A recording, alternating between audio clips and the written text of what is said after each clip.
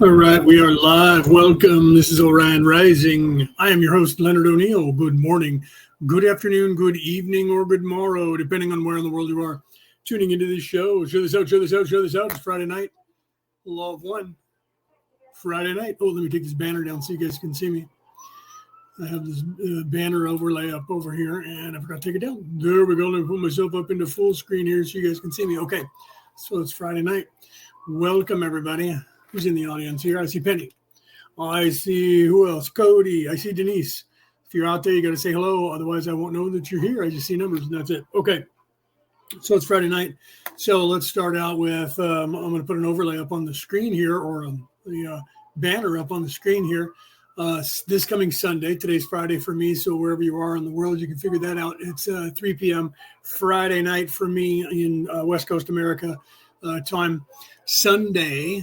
This coming Sunday for me, 2 days from now. Today is Friday the 7th. On Sunday, the 9th at 5 p.m. West Coast America time on Broadcast Team Alpha. I will be on there for a 1-hour interview that we filmed last Monday, talking about the Law of One and explaining Ascension and the Law of One and everything that entails. So if you guys follow me already, then there probably won't be anything new. But I also cover some of the stuff that's in my book. So you are going to get a little bit of stuff that you may or may not have already heard. But if you're brand new, you should tune in there because you'll get the synopsis of the Law of One and everything that I don't cover here because we're in session. What are we on? Session 54 or 55 or something like that of the 106 sessions right now. And this is the second run through. I did it back in 2017 to 2021 or 2020, 2 years and 10 months to do all 106 sessions. And now I've started over, 95 weeks ago because we're in week 95. So that's kind of cool. You guys will have to take a look at that. So let me put it up on the screen. There's the URL, or you could just go to YouTube and then look up Broadcast Team Alpha, or you can go on Facebook, go to my page, and there is a link there that you can click on that'll take you over to that page on YouTube. I don't know exactly where else it's going to be live. He said it was live in a bunch of different places. Like me, he also posts on an MP3 broadcast out to the whole world. So wherever you guys listening to a podcast, you can listen to, I'm sure, a Broadcast Team Alpha on whatever app that you're on. If not, you'll have to get a hold of Augie or go to the YouTube channel and find out the links there to get an RSS number so that you can put it in to your whatever app that you use to get your MP3 file. My show is live around the world on MP3 file on podcast. And for that, if you want to listen to that and your app doesn't already have me on there, you can go to www.Orion Rising, OrionRising.podbean, PODBEAN.com. That'll take you to the website where I broadcast my MP3 file from, and the RSS number is there. You can copy that, paste that into your app. There's a place where you can do that in your app because the company who created your app doesn't want you leaving their app to listen to my podcast. So they'll accept the RSS number, and all of my files from the website that I broadcast from will automatically download into your app, and you'll be able to listen to all, I think we're almost at 500 episodes from the MP3 file. Orion Rising today is the 7th of June. So Orion Rising has been on the air for 7 years, and I have over 1,000 episodes. But the only place you can find those, because YouTube deplatformed me 2.5 years ago, so they deleted over 500 episodes. So the other 500 episodes since then, so I have over 1,000 episodes. You'll have to go to Facebook and go to Orion Rising, the page, not the group. That is mine. Both of those are mine, but the archives are on the page, and you can scroll back and listen to every single show that I've ever broadcast under this name, Orion Rising. I've been on the air doing a podcast for 8 years, but as of today, Orion Rising is 7 years old, so we are on season 8 as of today. Happy birthday, Orion Rising. Okay, so that's kind of exciting. So we got a lot of things going on today. On this Friday is literally season 8 is beginning because Orion Rising is now 7 years old. We were on the air for 7 seasons, and this is season 8 beginning. The year 8 is beginning, so that's kind of cool. So Sunday I will be on in the chat on YouTube to answer questions. If you hear that in any other place around the world from Broadcast Team Alpha, I won't be there to answer any questions in the live chat. However, if you guys have any questions, you can always contact me at Facebook or go to the Messenger for the Law of One chat class chat in Messenger, or message me on Facebook, or you can go to my YouTube channel under my name, Leonard O'Neill, and you can message me there, or you can send a message to me, I believe, at Podbean, or you could get a hold of somebody who can get a hold of me. Those of you out there who are in the industry, you know how to get a hold of me. You guys can get a hold of me. So, okay. So, Cassie, welcome. Welcome. It looks like you're back from your hiatus. Cassie was on hiatus for a while there. She was on sabbatical, not because she was like researching a book, but she was traveling around and seeing her family and having fun. And I haven't got to talk to you and find out all the good, cool things you did while you were doing that. Okay. Rick, welcome from down under. So, yeah, Sunday, 5 p.m. West Coast America time. I will be on Broadcast Team Alpha for a 1-hour interview that we filmed this last Monday. That'll be on there, but I will be in the chat to answer questions if you guys have any questions in the chat. Those of you who are listening to me now all around the world, I'm not sure where the MP3 file goes out to. I'm hoping to get that. If so, I will get that and add that into the description that it will be posted, at least where I'm going to share it on Sunday. I've already posted it on my page and different pages on Facebook.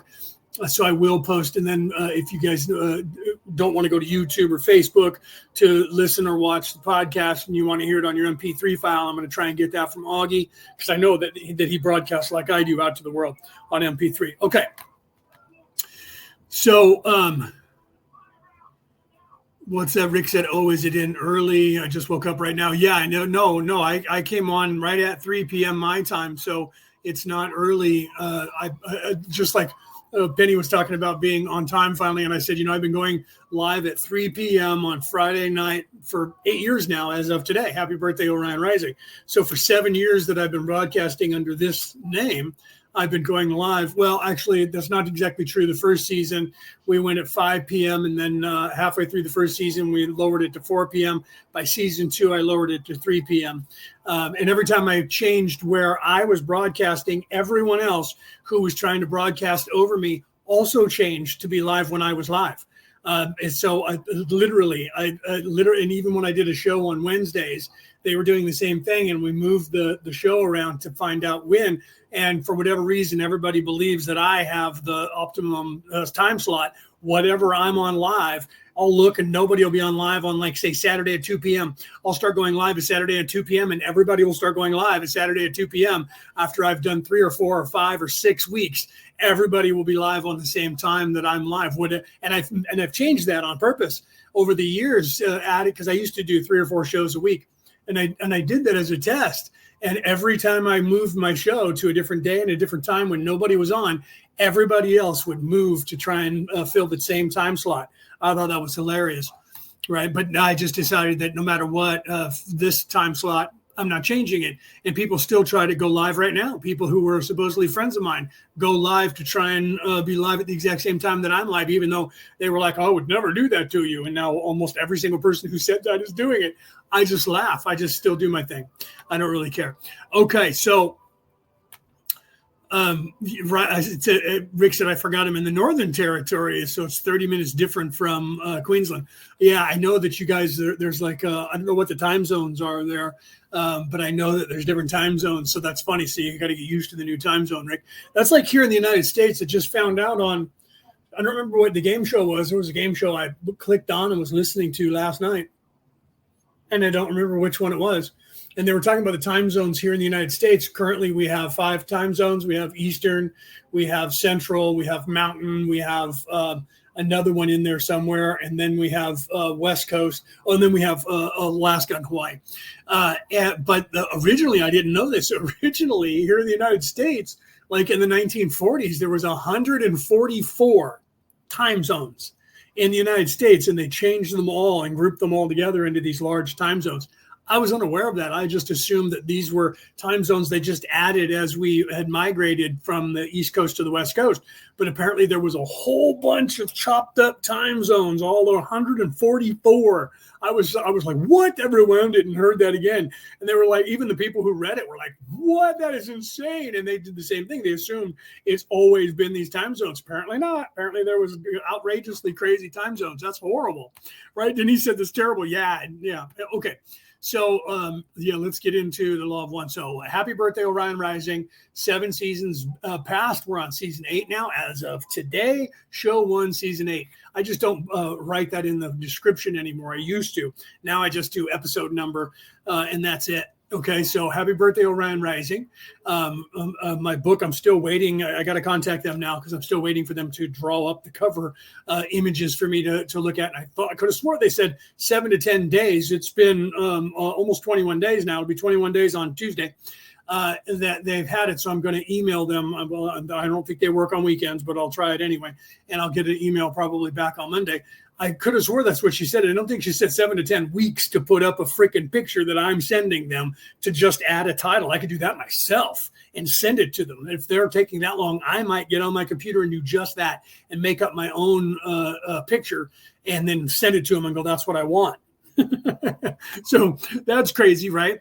So I got to email them, figure that out. But you know what? All kinds of craziness is happening. I ordered some vitamins from Swanson, the vitamin Swanson vitamins, and I like their vitamins. They usually have a lot of good natural vitamins. So I ordered it, but then as soon as COVID hit, right after COVID hit, all of a sudden when I would order stuff, it would come from, say, the Central Valley of Southern California and be mailed up here. Then all of a sudden looks like they were all companies were trying to keep the economy running. So when I ordered something from California, it came from Pennsylvania or Michigan or somewhere back east. So I got used to the idea that it was going to take, about a week before it would get here. And then they send it FedEx, and I have 2 family members. I used to have 3 family members that work for FedEx. So I'm not trying to throw rocks at FedEx because my family literally has been working there for 25 years, right? My son's there, my brother and his wife, both, they met at FedEx. And so they've been together for over 25 years. And she's retired from there and doing other things. My brother still works for FedEx. So I'm not trying to throw rocks at them, but they've dropped the ball several times. I'll order stuff. They did this with Chewy for the cat food, where it'll go around in circles for 3 or 4 days in a couple of states. And because I'm tracking it, right? And I'll look at it every day. Where's my stuff? And I'm like, well, why is it back in Minnesota? And now why is it in Texas? And now why is it back in Minnesota 2 days later? And now why is it in Wyoming? And they're sending it from hub to hub to hub to hub, and it's not coming out here. So I ordered some vitamins, and they said it was supposed to be here in 7 to 10 days.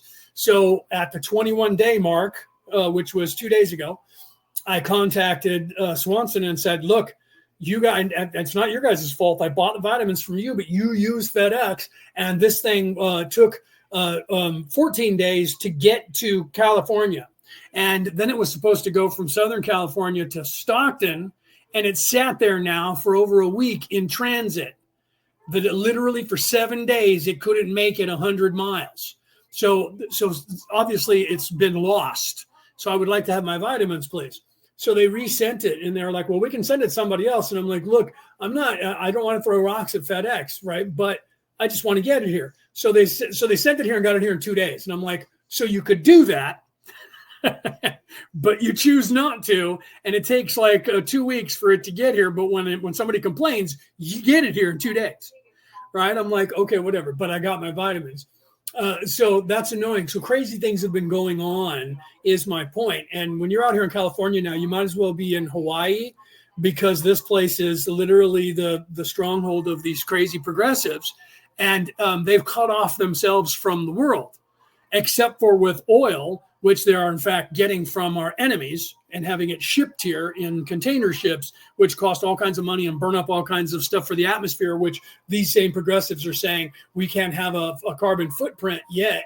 Instead of pulling oil out of the water here in California off the coast where we have a ton of oil, or on land, they're banning that, and they're buying oil from China, from Venezuela, and from the Middle East, the same people that they claim are terrorists and they don't want anything to do with. And they're literally shipping it and sailing it all the way into the San Francisco Bay to the port of Oakland to offload it and get it to the refineries. And then they charge us $2 per gallon more than any other gas price in the continental U.S. And not a joke. We have the highest gas prices, even higher than Hawaii here in the state of California. So they've cut themselves off from the rest of the world, and there's no pipeline coming from any oil companies in the United States to California because they don't want any oil from the United States. So they would rather get it from overseas. You got to love the weird hypocrisy of these people who are like, we got to worry about the world and the ice caps are melting because of all of the carbon footprint. Meanwhile, they have a big tanker that gets a half a mile per gallon of gasoline that's burning up all this fuel coming across from thousands and thousands of miles through the Suez Canal or the Panama Canal, and sometimes the Suez and the Panama, and then coming all the way up the coast past Mexico and everybody all the way up here to California just to get gasoline when we have oil refineries sitting 10 miles off the coast, just sitting there collecting rust. You got to love that, right? They're worried about the carbon footprint. And the same people are traveling around in their own private jets, and they're buying gasoline from the other side of the planet that they have to ship in. It takes 2.5 months to get one ship over here because they only go about 17 miles an hour, right? That's about 8 knots. That's insane. Okay. All right. So, yeah, you got to love the hypocrisy of these people. They're like, everybody's got to have an electric car. Again, the electric car is literally all of the batteries from the electric car and all of the computer components come from China. They're the only people who have the rare earth elements to create all of that stuff. So the very people who they're claiming are bad for our business because they're trying to take over the world. They're saying to everybody, you can no longer buy fossil fuels, right? But yet they're getting fossil fuels from outside the country, or outside of the country from the other side of the world. And they're saying we got to get on electricity, but they need the fossil fuels because 80% of all electricity in the United States and anywhere else in the world, for that matter, currently, comes from fossil fuels still to this day.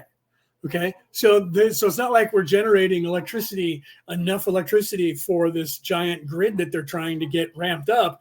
And here's one of the questions that somebody asked, and I'll get off my political point, but I asked, what's going to happen when all these batteries start needing to be recycled because we're burning through like 8 or 12 batteries per car, which are the same one car battery that you use for your combustion engine car right now. You'll be using 12 of those, and those go bad after about 4 or 5 years. They have to be their hazmat material. They have to be taken out and disposed of. Where are all those going to go when we have 40 million people just in the state of California that we're trying to get all on electric cars and 360 million Americans that we're supposed to get on all electric cars? What are we going to do with all those batteries? And we're going to make China probably about $18 trillion a year richer by sending us new batteries the whole time. And you can't recycle batteries like everybody thinks you can, like everything else. It's toxic waste. So they have to do something with the toxic waste, and nobody has an answer for that. That's one question. Question number 2 is, if they decide that everybody has to have an electric car, all the people like me that live in an apartment complex around the entire United States, how are we going to plug our cars in? Are they going to pay for the companies who own these places to dredge up the ground and add in special wires and breakers for all of these charging stations that they're going to put in every single car slot? Or are they expecting us to start drawing these electric cords across the parking lot, what everybody's going to be running over all day and all night while we're trying to plug in? Or do they expect that we're going to have to get in our car, drive downtown, go and park and sit for an hour and a half waiting for the battery to charge up every single day? That's a question that people are starting to ask that nobody out there in the world is thinking about when they're like, oh, we need to have electric cars. That only works if you own a house to where you can plug your car in your own garage. Anybody else that has that, we don't have the grid for that. So now, if you're saying we're going to do that, then we have to have a security box so that people can't steal your or cut your cord in your vehicle, because that's what you could do to really piss somebody off. Let's say that we have to have a security box that you have a key for or a combination for, and hope that people don't come and start breaking into all of those. So that you can have a plug to plug in your car in front of your house. Then you got to turn your car alarm on, because what if you have doing that and somebody comes over and does something to it? So now there's a security issue, not to mention that now they have to bring and run cords underground. They have to run wires underground and fuse boxes and big boxes, transformer boxes to run these plug-in things. And they have to do it in every single at every single apartment complex across the entire nation of the United States if they're going to convert everybody over. Now you're adding 100 times or 1,000 times the draw of electricity to the power grid, which they have a hard time keeping turned on now as it is. So how is all of this going to happen? How are we going to create the electricity for all of this? Who's going to pay for putting in all of these electric cords and security for these electric cords and insure them? And then what is the health effects of having all of that power running at all times everywhere under the ground and going into everybody's car all over every apartment complex? So when you walk out and walk through the parking lot, you're going to have 100 cars you have to walk by that's going to have a 220 plug being plugged in, and there's going to be power running. Now, what most people say, well, that doesn't make any difference. The Bay Area Rapid Transit is an electric run subway train, the train system that works in the San Francisco Bay Area. A buddy of mine who's deceased now worked for them for 20 years, 25 years. And he said that when everybody, because of being on these electric trains, being polarized by the ions in the air that are charged with electricity, everybody that works for that company and retires dies of cancer. All of them die of cancer after they're being retired. It's usually they don't make it 5 years. So now we're going to have that scenario going on across where you're sleeping, where you're eating, where your children are, and nobody's doing an EPA investigation into the possibility that electric current is going to be so intense that you're going to have problems with your DNA. Okay, nobody's looking into these things. These are the kind of questions that I ask. Okay, because I've heard stories about this kind of thing. Let's say that was an exaggeration and not everybody dies of cancer. It's to the point where there's enough people that are dying from cancer that the people who worked there do the math on how much money do I make doing this, and is it worth my life? Because there's a high probability that doing this and being exposed to this much electricity is going to kill me a few years after I'm dead. So I have to make sure that I take care of my family. That is an actual conversation and thought process that everyone that works for that company has in their head and talks about openly. And I've seen that with people who are employees hanging out with my buddy who's now deceased. He didn't die from that, although it might have been part of it. But then again, he was in the Gulf War and had all kinds of problems from going over there and working for the federal government during the Desert Storm. So no one's really sure whether it was electricity for 25 years or all the stuff that he had going on when he was building and creating ordnance, including nuclear stuff when he was working for the government. So it could be all of that combined. Okay, so that's just insane to think about all of those things that nobody's addressing, and they're just running headlong into. And why is it that the same people who are supposed to be about freedom for America is running headlong into the only people who create these cars and these batteries are in fact the Chinese Communist Party? So we're going to convert everybody into America, where the only people that are making the cars besides Tesla are those people. And everyone who's making the cars now, all these car companies over here that are American car companies, 80% of all the parts are coming from China. So if the Chinese aren't making the cars, they're shipping all of the batteries and computer components over to the car companies who are making these cars. So no matter how you look at it, and then if you're going to create more windmills, 98% of all windmills used in the United States are created in China. And when you look at the solar panels, 82% of all solar panels used in the United States is created in China. So no matter how you look at it, turning everybody onto electricity is going to take all the money out from the United States, and it's all going to go over to China. And China is going to be completely in control of our electric grid in our cars. What happens if they have a computer component in there that's their own low jack and they can just turn it off or turn off our grid? I'm just saying, I don't like that whole idea, but nobody's even addressing this stuff. So you get what you pay for, you get what you wish for, you get what you vote for. So you guys just remember what I'm saying now. If the world does get cuckoo, and then all of a sudden you're driving your car and all the cars turn off, and then you're like, what's going on? And then you get a notification on your phone that all your cars were turned off because the Chinese are about to invade and they have control of your car. So when that day happens, right? So, yeah. So Rick said, Leo, what's this about oil not being bought in the US dollars anymore? Yeah, well, okay. So, all right. So soon in changing to gold currency to buy oil, I heard it's all over. The people are thinking it's no good. Well, some of it, Rick, is the people that are turning to gold.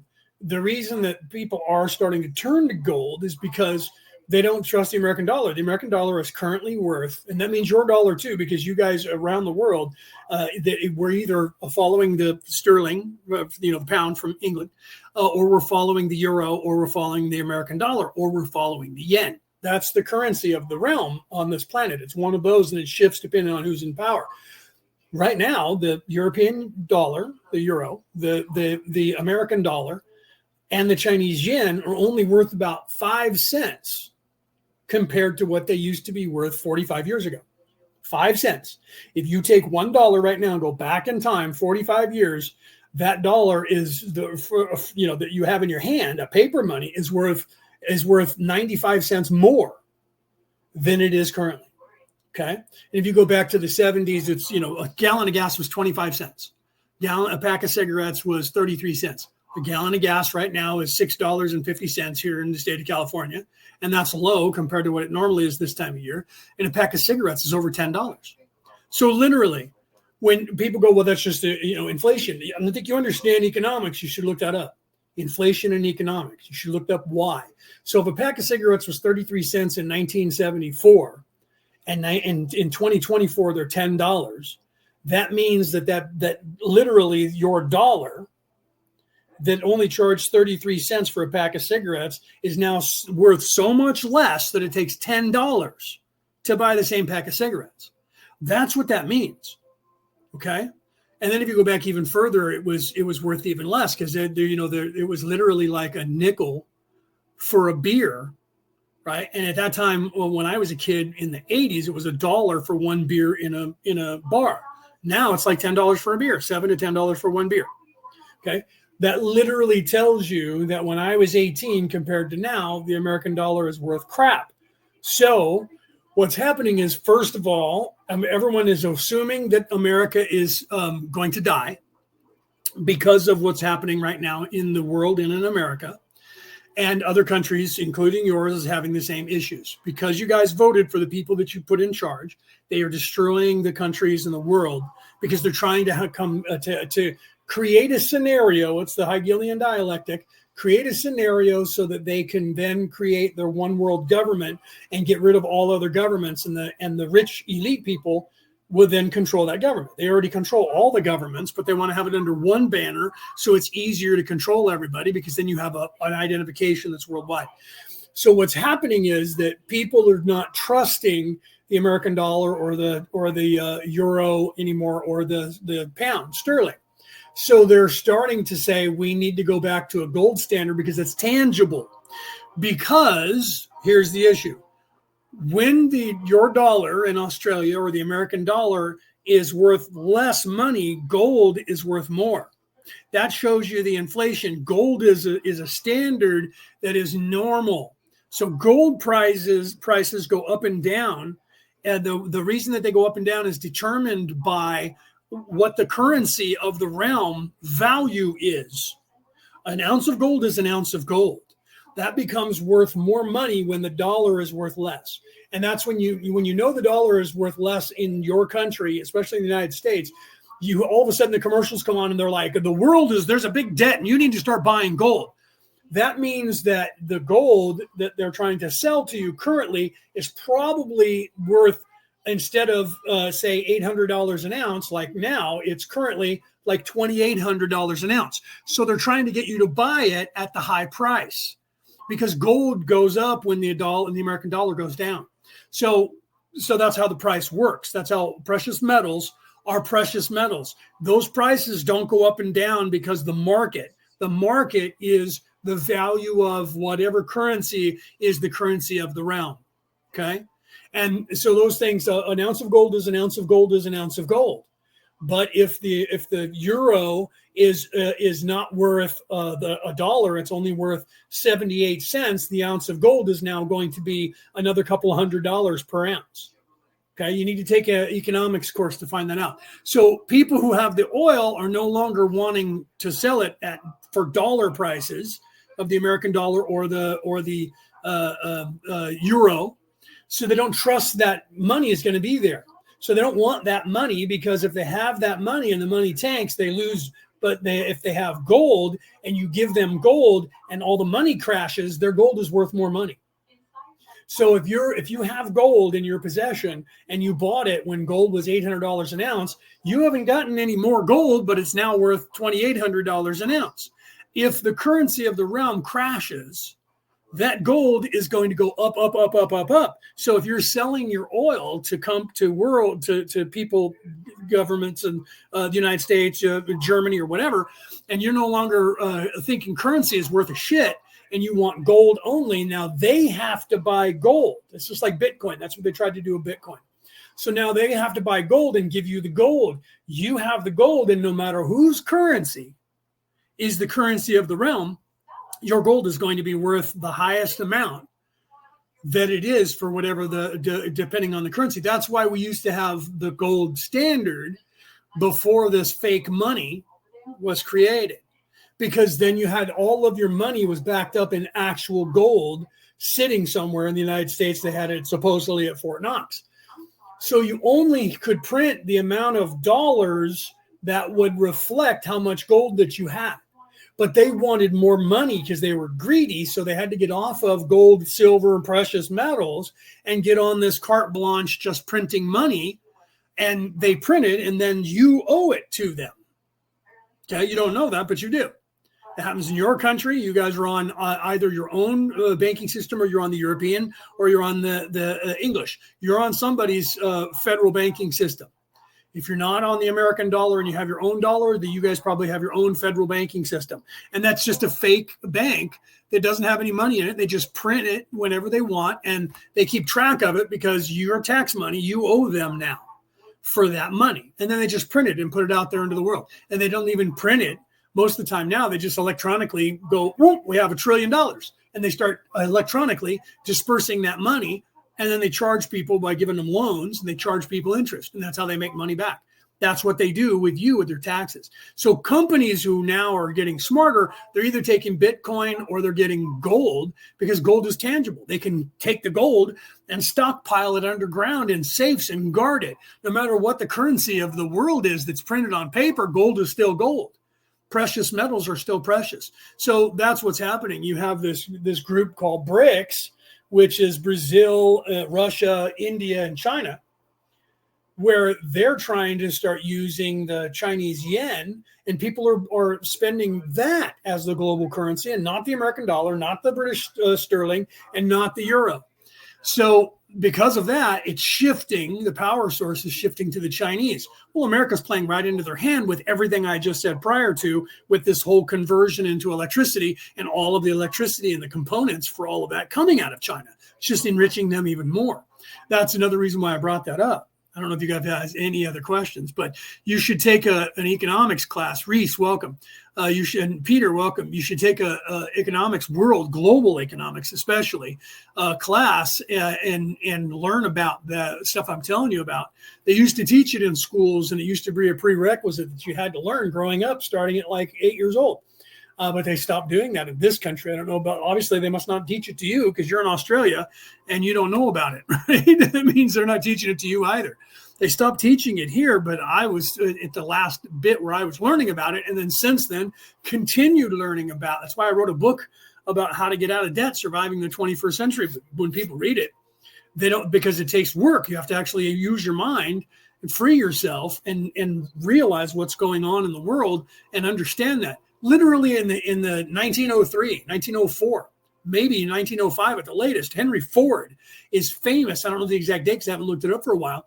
He actually stated back then, if the population, if the average American person right now understood how global economics works, there would be a revolution. They would overthrow the government. That was more than 120 years ago, or approximately 120 years ago. Nothing has changed. And that was while we were on the gold standard before we got off of that.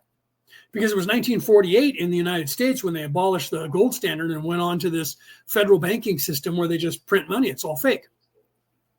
It's all they just do it. And then they say, you guys owe us double. You owe us the money that we're printing, and then it takes money to print the money. So you owe us, if they print $1 trillion, then America owes the federal government $2 trillion to pay for that $1 trillion, no matter what they do with the money. And then they'll take that $1 trillion that they print, and then they'll loan it to banks and to people and to other countries and whatever they can. And then they'll make another $2 trillion on top of that in interest. And then they'll make a $2 trillion from you. So they print the money, put it out there, and then they rake in money, and they make 4 times what it costs them to print it. And you pay for the whole thing. And then they spend it on other things or put it in their own pockets. And that happens all the time in every government. You can look into things and find out, where did the whole $1 trillion just went missing? Nobody seems to know where it's at. When you ask the oversight, they're like, we're looking into that, sir. And then you ask them again, they go, we're still looking into that, sir. And eventually, because the short attention span of everybody, because they swipe as quick as they can after 5 seconds on TikTok, they forget about it after the news cycle. So 2, 3, 4, 5 days later, no one remembers that there was a whole $1 trillion that went missing. Where do you think all that money went? It's not missing. It's just you don't know where it is, and the government's not telling you where it is. They're appropriating it and using it for black ops, or it's going in their bank accounts. They're taking the money and and it's theirs. Now they're hoarding it. And because they own everything, they go, shut up. Otherwise, we're going to come after you for asking questions. We're going to put you in jail because you're asking questions, and you get scared. Or they just go, here's $1 million. Sign this non-disclosure agreement. You can never talk about it. And if you do, you get executed, or we put you in prison for the rest of your life and your family. And then somebody just takes the money because they're greedy, and then they go about their lives and they just laugh. And who cares? I got mine. That's the truth of what happens here. Okay, that's the truth. That's what's actually going on in every government. They're ripping you off, taking your money, charging you for it, and keeping it all. That's why I just put that thing out the other day, and it's a couple years ago, right after COVID. So it's from like 2022, where Russell Brand is on a talk show talking about it. He's reading the statistics, and he's saying America paid $2 trillion to all of the pharmaceutical companies to create these vaccines. The pharmaceutical companies then charged everybody for the vaccines. Oh, we got it for free. No, the federal government gave them money for it, and then they charged your medical. If you didn't have medical, then it was paid for by the federal government, and those people got the money from the taxpayers to pay for that. Okay, so then they took all the profits after they got paid $2 trillion to create a vaccine. They got them paid. And who knows how much of it cost them to make the vaccine. Probably didn't cost them $2 trillion, so they kept that money. Then they stood to make, I did the math during COVID, and if the shot cost just $500 per shot, that doesn't mean you paid for that because you got it for free or your medical company paid them for it. Okay, so you might have paid a copay of like $5, maybe $20, but the shot cost about $500. If you extrapolate out $500 per person for every person that was supposed to get the shot worldwide for 7.9 trillion people at 500, you're looking at $500 trillion. Now, if only 1/10 of the people got that, so if only 1 trillion people got it, that's still $5 trillion. If I'm doing that right, it's still, 500 times 1 trillion is 500 trillion. Okay. So that was what they stood to gain in profit. So now let's say that it was even less, because in the United States, at first they were trying to tell you that more than 75% of the Americans got the shot. Now they're coming out and saying that it was less than 18% of the total population actually got a shot. Okay. So, but even if it's only 20% of 350 million, that's still a couple of million at $500 per. That's $500 million for one shot that those pharmaceutical companies all got a piece of for one shot. And then they had most people who got a shot got 4 and 5 and 6 and 7. Okay. So that means they made probably $4 or $5 trillion on the United States alone, not to mention the rest of the population of the world. Okay. So I said that they stood to gain $124 trillion, and they got to divvy that up between the big 8 pharmaceutical companies worldwide that got all the money. Okay. The gross domestic product of the United States of America, the richest country that makes the most money on the entire face of the earth for 1 year, is $2 trillion. 2. Total profit for the richest country on the earth currently is $2 trillion. And they stood to gain in 2 years a piece of $125 trillion. And they didn't pay back any government for any of the money that they were given to create the shots.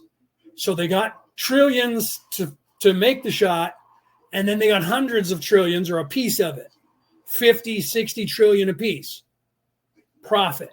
And they're still getting people to get shots and making money off of it. Okay. It's called the Hegelian dialectic. Think about that. So the same thing is going on with these electric cars. Who is pushing the electric cars? These progressives around the world. Well, who stands to gain 87% of the profit? China. Because the rare earth element that it takes to make the batteries, 95 to 98% of it comes out of China. It's not mined anywhere else. That's just the battery. And then if you have a touch screen, same thing. And then if you have, and then if you have a computer in there, same thing. So no matter whether you have a car company in Australia that's making it, all the components to make that electric car are coming from China, being shipped into your country and put in the cars under the name of whoever it is that's making your cars. Whether they're British cars, American cars, German cars, whatever. All of those people around the world that are making those batteries in those cars, the electric cars, all of those components are coming from China. So if China is supposed to be so bad and a communist country, why is it that half of the governmental systems are pushing for that product that they know no one else in the world makes? You can get fossil fuels everywhere on the planet. Just about every country has fossil fuels they can pump out of their own ground of one kind or another. The Brazilians stopped using gasoline, petroleum, because they didn't have any oil over there. But they had natural gas and sugar. So they created their own gasoline from sugar and from natural gas. And they use exclusively, all of Brazil runs on gasoline made from sugar, not from crude oil, because that was the product they had. They were smart enough to do that. So they don't need oil from the Middle East. They don't need oil from Venezuela or America. They don't need that. They're making their own. And a lot of people are taking natural gas and now turning it in, converting it. Over here in the United States, there's a couple of companies that are taking natural gas out of the ground and they're turning it into petroleum so they can make fuel out of it, and they can make oil for lubricant and then make gasoline out of it, because they're worried that the crude oil is going to run out because everybody in the Middle East has it. Well, the same thing has to happen if you're going to compete against the Chinese for profit for making these rare earth minerals. You got to find them someplace, own it, and hopefully find the Australian outback. I'm sure they got to have rare earth materials out there somewhere. Same thing with here in the United States. You just got to have people go and look for them and find them so you can create your own batteries for your own cars. Until that happens, 90% of all profit goes to the Chinese Communist Party, who are trying to take over the world. Okay. Okay, so that's enough of me being on my soapbox for 45 minutes. How about we start on the law of one today? I apologize for getting that way, but you guys are asking me questions and keeping me on that products and all that. But you need to think about these things. And if you don't take a world economics class or any economics class and any civics classes, you have no idea what any of this entails. And that's what they want you to do. That's why they keep everybody from learning these things, because you have no idea. And you're just on your smartphone and you don't know that most of the particles that it takes, the rare earth elements and everything that it takes to make this and the lithium battery comes from China. So if you have a smartphone, you're like, oh no, I bought my smartphone from a company that is in Australia, or, here I bought an American. No, I don't care what you bought. Research all the parts. Because if you have a touch screen, those rare earth elements that it takes to make that touchscreen, and if you have a lithium battery, lithium doesn't grow on trees. Okay, you guys aren't mining lithium in Australia unless there's something that I don't know about, that you guys have, your country has started finding lithium out there, and they're making lithium batteries. Because if so, then you have the rare earth elements to be able to make batteries for electric cars. But if you have a touchscreen, you have a smartphone, that means that 87 to 90% of all the components to make that has to come from China. They're making money off of it. That's insane to think about. Okay, I'm going to do a sound check because I'm done on my soapbox talking about politics. Let me do a sound check. You guys let me know if you can hear it okay, and we'll get going here on the law of 145 minutes in, almost an hour in. May 19th, 1981. 52.0 Ra. I am Ra. I greet you in the love and in the light of the one infinite creator. We communicate now. I think electric cars, Denise said, electric cars are just dumb. I think that it is going to be the way of the future, maybe. I think that we should get on to something that's a little bit more cleaner than batteries that are, or electricity that might do damage to our DNA, and then the batteries which are toxic when they're no longer chargeable, because they're not infinite. They don't charge forever.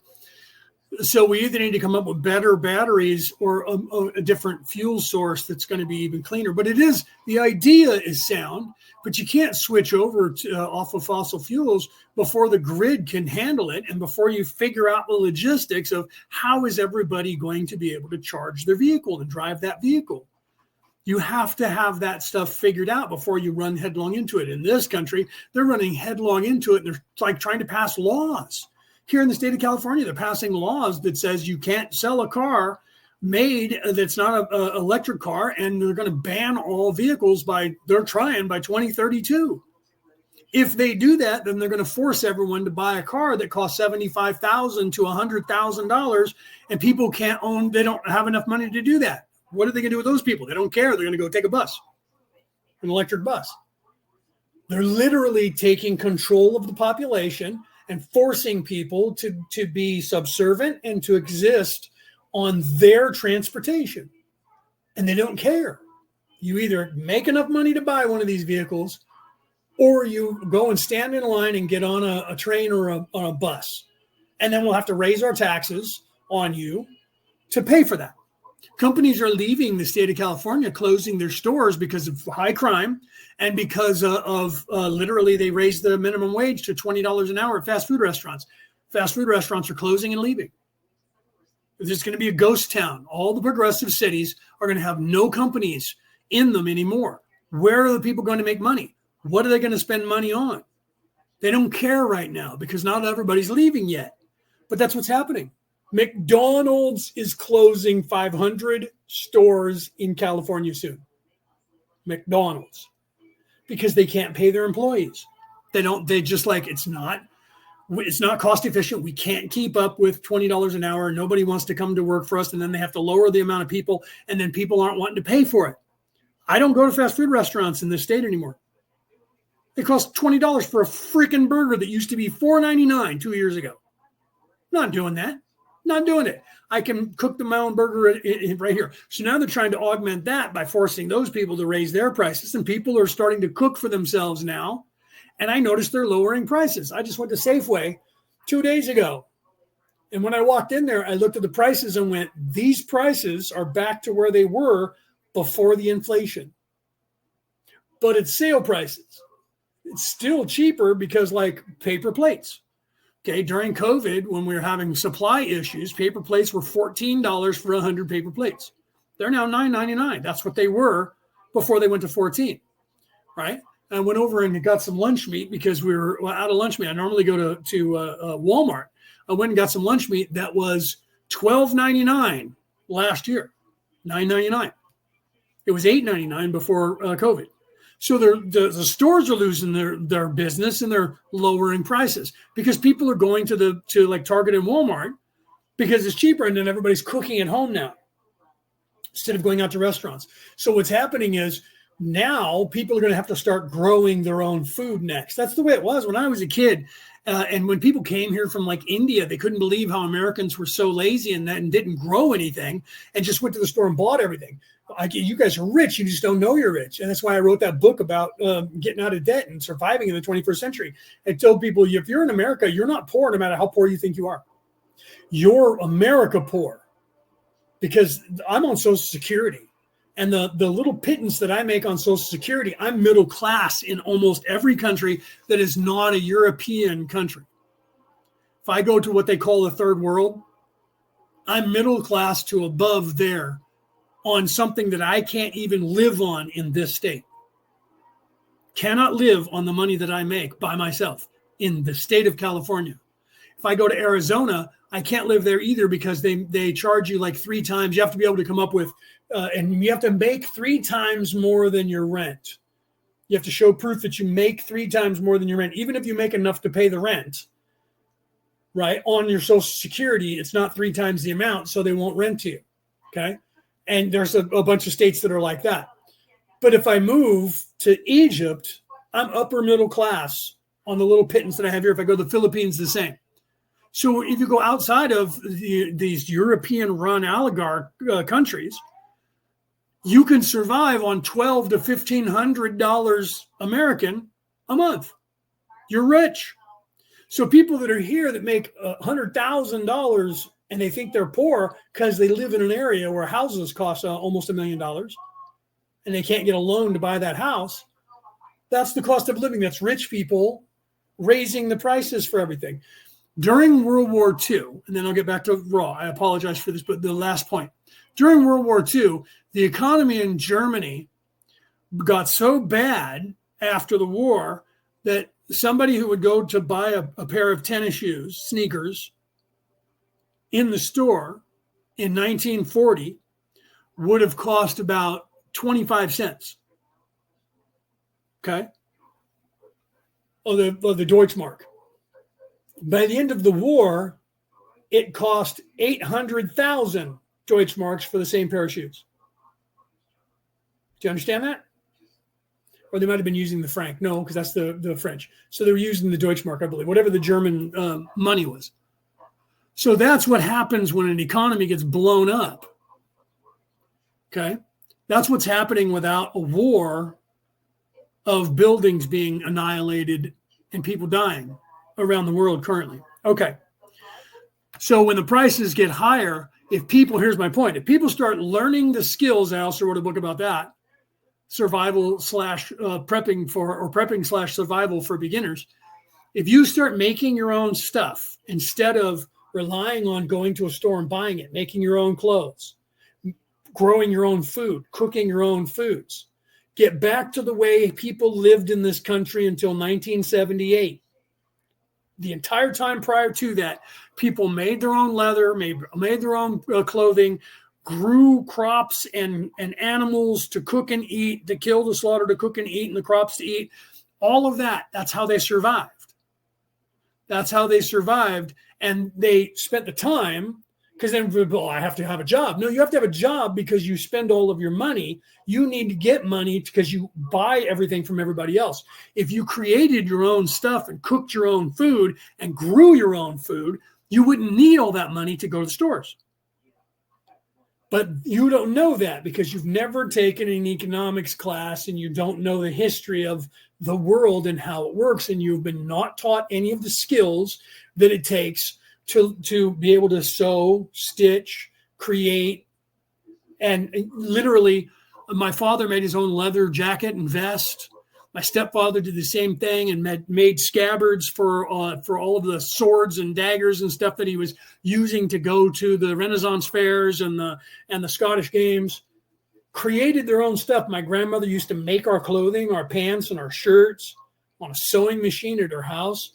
But my mother used to have in the backyard, she used to have a garden. That's why the English still call them a garden, because they used to grow food there. Okay, all of that is what went on. My father kept rabbits in the backyard, and we had chicken a lot, which we thought was chicken. It turned out we were eating rabbits. My father had rabbit cages and bred rabbits.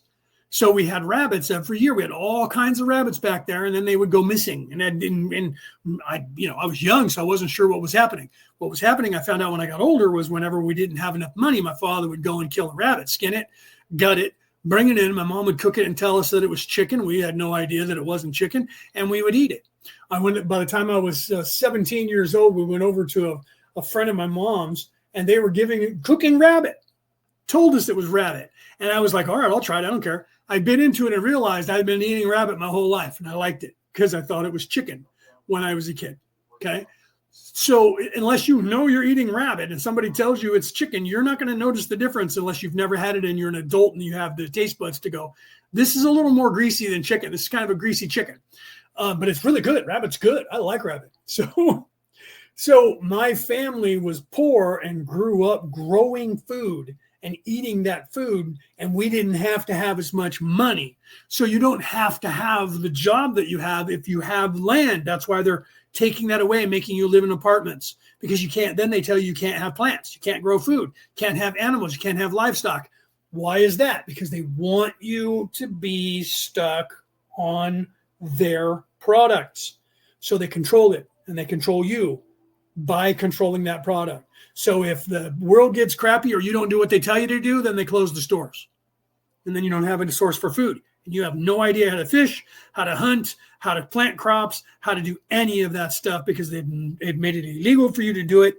And that only these avid hunters and fishermen still do it. I grew up in a family where it was vital that you learned how to sow, you learned how to plant crops, you learned when, you learned why, you learned how to hunt, you learned how to fish, you learned how to do all these things. And I watched my father making leather goods and my stepfather making leather goods. I watched my grandmother cooking, rabbit, my father cooking, getting chickens in the backyard and wringing their neck and cooking a chicken. I grew up watching this stuff. It was normal. Now it's no longer normal, and you guys have no idea how to take care of yourselves. The world got shitty. You would sit down and starve looking at your cell phone and hoping that something's going to come out of your cell phone. Okay, let's continue with the law of one. Again, I apologize. I've been going on way too long. I almost made a full hour out of this. All right, here we go. 2.1 Questioner. In the previous session you stated that the other type of experience is the fourth, fifth, and sixth densities of other galaxies, and some within your own galaxy which have learned necessary disciplines of personality to view the universe as one being, and therefore are able to proceed from locus to locus by thought alone, materializing the necessary craft. I would like to ask you, when you say that fourth, fifth, and sixth densities of other galaxies, and some within your own galaxy, are you stating here that more of the entities in other galaxies have developed the abilities of personality than have in this galaxy for this type of, shall I say, travel? I am using the term galaxy with respect to the lenticular shape of 250 billion stars. Ra, I am Ra. We have once again used a meaning for this term, galaxy, that does not lie within your vocabulary at this time, if you will call it so. We referred to your star system. It is incorrect to assume that other star systems are more able to manipulate the dimensions than your own. It is merely that there are many other systems besides your own. 52.2 Questioner. Thank you. I think that possibly I am on an important point here, because it seems to me that the great work in evolution is the discipline of personality, and it seems that we have two types of moving around the universe, one stemming from disciplines of personality, and the other stemming from what you call the slingshot effect. Right. So this is actually kind of really cool. And you guys are still talking about the survival. You know what you could do, Cody? You guys are talking about that. Was it Cody that was talking about that? I know Cassie just made a comment about that. So what you guys can do, any of you that are out there, if you guys, there's almanacs that tell you when to plant. Look, I have, my sister just picked this up. Look, here, let me show you this. I have this that it's laminated. This little thing is laminated. I just so happen to have moved it. Okay. It's laminated. And literally this is telling you, I don't know if I can get it to focus. Let me go back to the thing right here. Foraging wild edible foods. Okay. I bought this and it's laminated and it tells you all the foods that you, and it's double-sided. So you have this whole side that I'm showing you. Okay. It shows you the plants and this whole side right here. Okay. And it tells you what all the plants are, where they're grown. I can't get it to focus. Where they're grown, and you can get them for whatever area that you live in. And I remember when I moved to Arizona, in the middle of the desert, and my buddy Paul, who's deceased now, but he lived here in the San Francisco Bay Area. And I moved out in the middle of the desert, and he said, bro, you better figure out what you're going to do for food, because if the world gets shitty, you're going to starve out there. And I was like, wait a minute, you know what? Maybe he's right. I should look into this. I looked into wild edibles like this out in the middle of the desert, found out there's more food out there that grows wild than there is in the modern city, because that's untouched by humans. So things grow. Asparagus, like you're seeing here on the front cover, grows wild in Arizona, New Mexico, and Texas, and in avocados, all across there. Nuts, berries, all kinds of stuff grows wild in the middle of the desert. You can eat cactus. I saw that when I was 30, and I was at a buddy of mine's apartments, and we were having a barbecue, and these Mexicans were across the little courtyard right here, and they were barbecuing too. And I watched this Mexican guy pick up a cactus leaf, cut the prickly things off of it, skin some of the skin off of it, slap it on the barbecue, and start cooking it, and picked it up and cut a piece of it and put it on his hamburger and was eating it. I was like, what the hell is he eating? A cactus? And if they all looked at me and started laughing, they're like, yeah, you need to try this. I was like, I don't know about that. I heard they were poisonous. They're like, no, come here. Only that stuff that's on the skin, that's on the inside, if you don't cook it, and then it is. So you need to learn about it. But here, come over here. And I put one piece. Oh my God, it was really good. It was very juicy. It was good. They're like, cactuses are mostly water. They use a certain cactus for sugar and another one for fermenting tequila. So literally the stuff is out there and you don't know about it because you have no reason to, because you think you're supposed to have a job, to have cash, or to have electronic money so that you can go and buy it all from the store, because they don't teach you how to forage for food, grow food, anything. I just watched Aaron Fowler was just talking about and pulled up some potatoes that he grew. I did that in an apartment. I got a planter on my back patio and I grew potatoes in there. You put them in there, took a potato, just a little eye, if it starts to grow out, it grows a root, and then it'll grow potatoes. It grows this big stalk that goes up almost 8 feet tall, and you have to wait for that stalk to die, and then you pull out the root, and there's potatoes hanging off of it. And if you pick them early, that's what they call new potatoes, or baby potatoes, or the small ones. So if you pick them early, you get new potatoes, and then if you let them grow, they get bigger. And so you can just take one russet potato, go and buy a bag of potatoes, take one potato and bury it in the ground and water it, and it will grow, and it will harvest probably 6 or 8 potatoes off of that one potato. You'll pull it out, and the dead carcass, which will be shriveled up from that potato that you first put in the ground, will be there, and it'll look like a lump of poop, and everything else will be hanging off of it, and there'll be potatoes. Okay, so literally you take one potato and you can grow 6 or 8 off of one potato, and sometimes more than that. I grew potatoes on my patio. And then I was growing carrots. We had planters in between my house. I was living in a townhouse, and in between my front door and the next front door, my buddy lived there. There was a whole row in between our houses that was dirt, and they had planters and trees and shrubs and stuff growing. I went and planted carrots in there, because a carrot grows a stalk that comes out that gets about this tall, and it's this green leafy thing, and then literally underneath the ground is the root. You pull it out, and it's a carrot in there. And I went over there one day, and there were all this growing, and I told the guys, the landscapers, don't get rid of those. That's food. I'm growing carrots in there. And they laughed. They were Mexican. They thought, good idea. So I went over one day, and I pulled the carrot out, and I washed it off and started eating it. And he looked at me and went, dude, did you just pull that out of that planter? I'm like, yeah, I'm growing food in here. His girlfriend was like, oh my God, I'm planting food.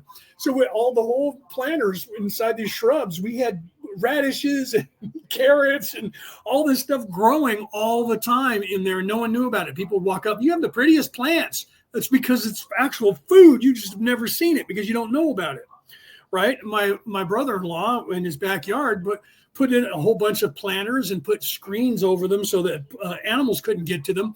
And he was growing everything back there: watermelon, corn, radishes, tomatoes, all the stuff in his backyard. Same reason, because once you start growing all of that, you don't have to buy it in a store. You can I could hang right here in the corner. I could grow tomatoes in here. You get this stuff and it's cost pennies. You just have to learn. There's almanacs. Let me get back on that point. There's almanacs you guys can buy that will teach you, or you can just look it up on your phone and save it or print it out. Will teach you when to plant wherever you are, wherever you are on the earth. Someone already knows when to plant what crops at what time of the year and when you harvest those crops. And there's crops that grow all year round, most of the time all year round, no matter where you are, even if you're in the middle of a desert. Okay? They grow. You just have to find out what grows in the area that you're in. I was going to plant peanuts. You're in Australia, Rick and Reese. You guys can grow peanuts. They grow really good in desert areas. Peanuts, asparagus, avocado, a few other nuts, hickory, mesquite. You guys, there's a mesquite bean pod that grows. You can either eat the beans out of the mesquite, or you can ground it up into flour and make bread, tortillas, cake, everything that you use flour out of the mesquite. The mesquite, and it grows wild out here in the United States in the deserts, in the southwestern desert, Arizona, Southern California, Arizona, New Mexico, Texas. We have mesquite trees that grow everywhere, and we use it to smoke our food. Mesquite and what was the other one I just said? There's two of them. Those both have a bean that when it starts getting into fall, the beans from the air blowing, the trees, the weather, the beans will all rattle in there. And everyone's like, yeah, that's just a tree that has these beans on it. Those beans are edible. The only reason we know about that is when people were coming across the plains on the southern side, trying to come to San Diego and San Francisco, going across the south. They were running out of food and flour and stuff when they got out in the middle of those deserts. And the Native Americans that were living there were teaching Americans all the stuff that was growing out in the desert that they could forage for food to survive all the way out to the West Coast. Because they were like, don't stop here, keep going, but we'll teach you what you need to know. Some of that information is still known by the people that live in those areas. So wherever it is that you're living, no matter what the temperate zone is, look up what can grow there and when to plant them. And you get those seeds, or you go and buy them from the store and use the seeds there. Because a lot of times they're outlawing.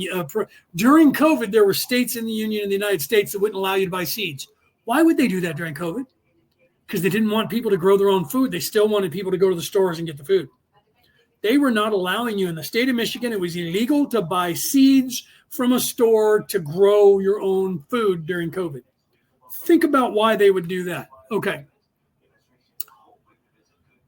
Oh, this is mine. My sister just saw it because it was on the table. I bought this online. Denise said, where did your sister get that from? She saw this because she was sitting here at the table, and I usually have it underneath the camera.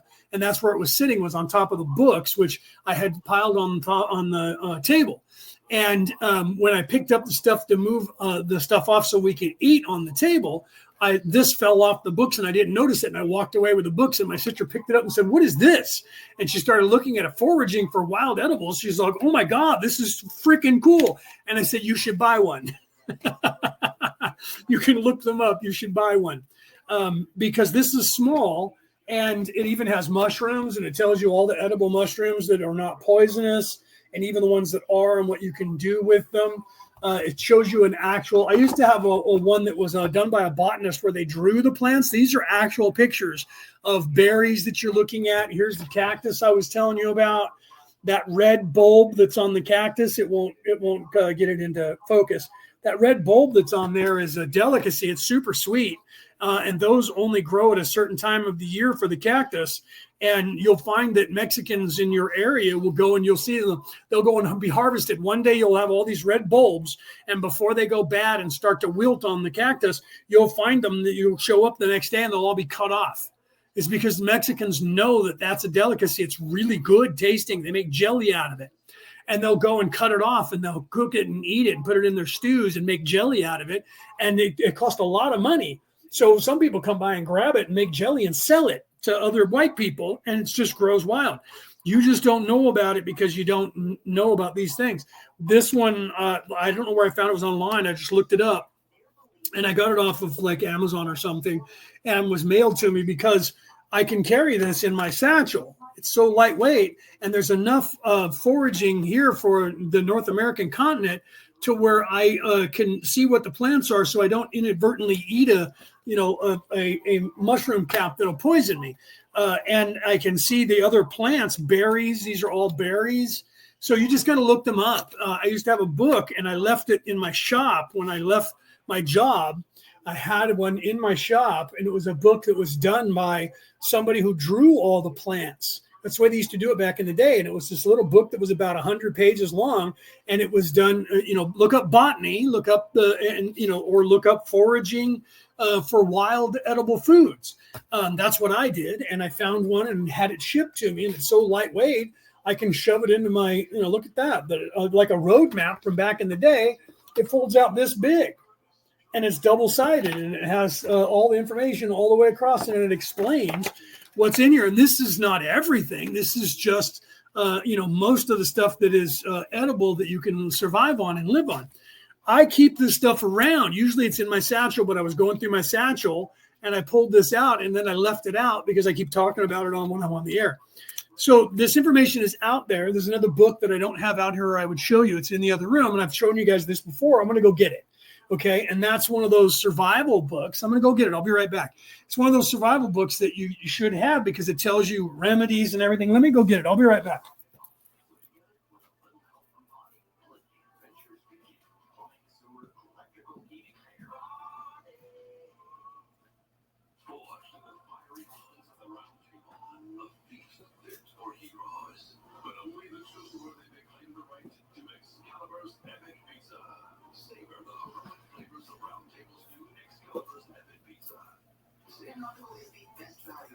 Now, I've talked about this before, but it's been a couple years since I brought this one up. I apologize for anybody who just tuned in and went, why is there just a blank screen here? I don't have any association with these people. I'm not getting paid to do a commercial from these guys. Just know that. So this isn't like somebody that's giving me an affiliate that's giving me money, nor is this book, okay? But this book right here, some of you already have this because we talked about it before. This book is entitled The Lost Ways, okay? And it's a big book, but in here is, here's some pictures that show you how to make, I think they're making soap here. Yeah, this is how to make and cut soap is in here. Okay. And that's just where I just flipped to. And it tells you how to cook things on an open fire. Okay. The way they used to cook things back in the day. Cowboys used to cook things over an open fire with cast iron skillets. You should have cast iron. I have 3 cast iron skillets. And I was teaching my sister just last week how to care for them because she didn't know. Look, here's how to make a Dutch oven. Look, and there's drawings. It's drawing of a key, right? What's this? A key? No, it's a drawing of a key. Anybody who's a Pirates of the Caribbean fan, right? And here's how you start making. Look, there's a picture of how to start making a Dutch oven, right? This was in my book, but I didn't give you pictures in my book about survival. And here's how to collect rainwater for drinking is in there out of running off your house into a thing to drink. And you can filter it in there too, okay? Right? And I mean, this is all the stuff that our grandparents and great grandparents knew from back in the day, and no one knows about it. And again, here's pictures of in black and white, but of plants to tell you what you're looking for, right? And these are things that you want to keep in a go bag. Look, again, dandelions, you can eat those. It's in this book. So there's books that are out there. There's commercials all over the internet where they have a survival book that they're selling currently that I keep seeing. And I go, well, if I needed one, that would be a good one to have. But every page I'm doing, right, shepherd's purse, and they're telling you what it looks like. Reed grass, they're showing you a picture of it. I'm just flipping pages. Sourdock. Sourdock's really good for you, by the way. And there's a picture of sourdock. So you know what it is that you're looking for when you're looking for these things. And stork bill and what these are. I mean, literally. And then they're teaching you how to make sourdough starter. So literally old school ways of making yeast and making sourdough and making your own bread. Look, here's where they're going to make tamales, it looks like, because they have corn husks that they're playing with right here. So that's tamales are from corn. So you take the husk of the corn when you shuck the corn. You keep that husk and you dry it out. And that's what they put tamales in when they make the paste, and they put the meat. And they take the cornmeal, and they wrap it and roll it in the husk that came from the corn. And then they cook it and they steam it in that husk. And then they open the husk up, and you can keep the husk and pull out the meat, keep the husk and dry it out and reuse it. This is the stuff that people don't know about anymore, right? And they're even showing you how to create a trap and set a trap in the ground, a bear trap and animal traps. How to create one, how to make one, where the jaws are, how to set them. These are books that you should be having if you're going to survive out in the wild. And look, here they're showing you the right place for the job. We laugh about the hobbit holes, but that's actually a door that was cut into the side of a mound where you go in there, and it's actually a storehouse for food because they didn't have refrigerators. There was no electricity. So they would go either down in the basement of the house, and they would dig underground and they make a basement. Guess what? When you go down there, the temperature stays at a certain temperature. It doesn't freeze, and it doesn't get to 100 degrees like it is outside. So this is actually a space where they would take all of their food and store it, except for like meats and stuff like that. They would have to pack it. But anything else, when you can things or you put them in jars, mason jars, and then you need a place that you want a cold, dark place, you go and you dig a hole in the ground or in the side of a hill, and then you have either a doorway to get in, or it's below your house so that it's secure and nobody can get in it. And you go down there and you put all of the jars and everything in there.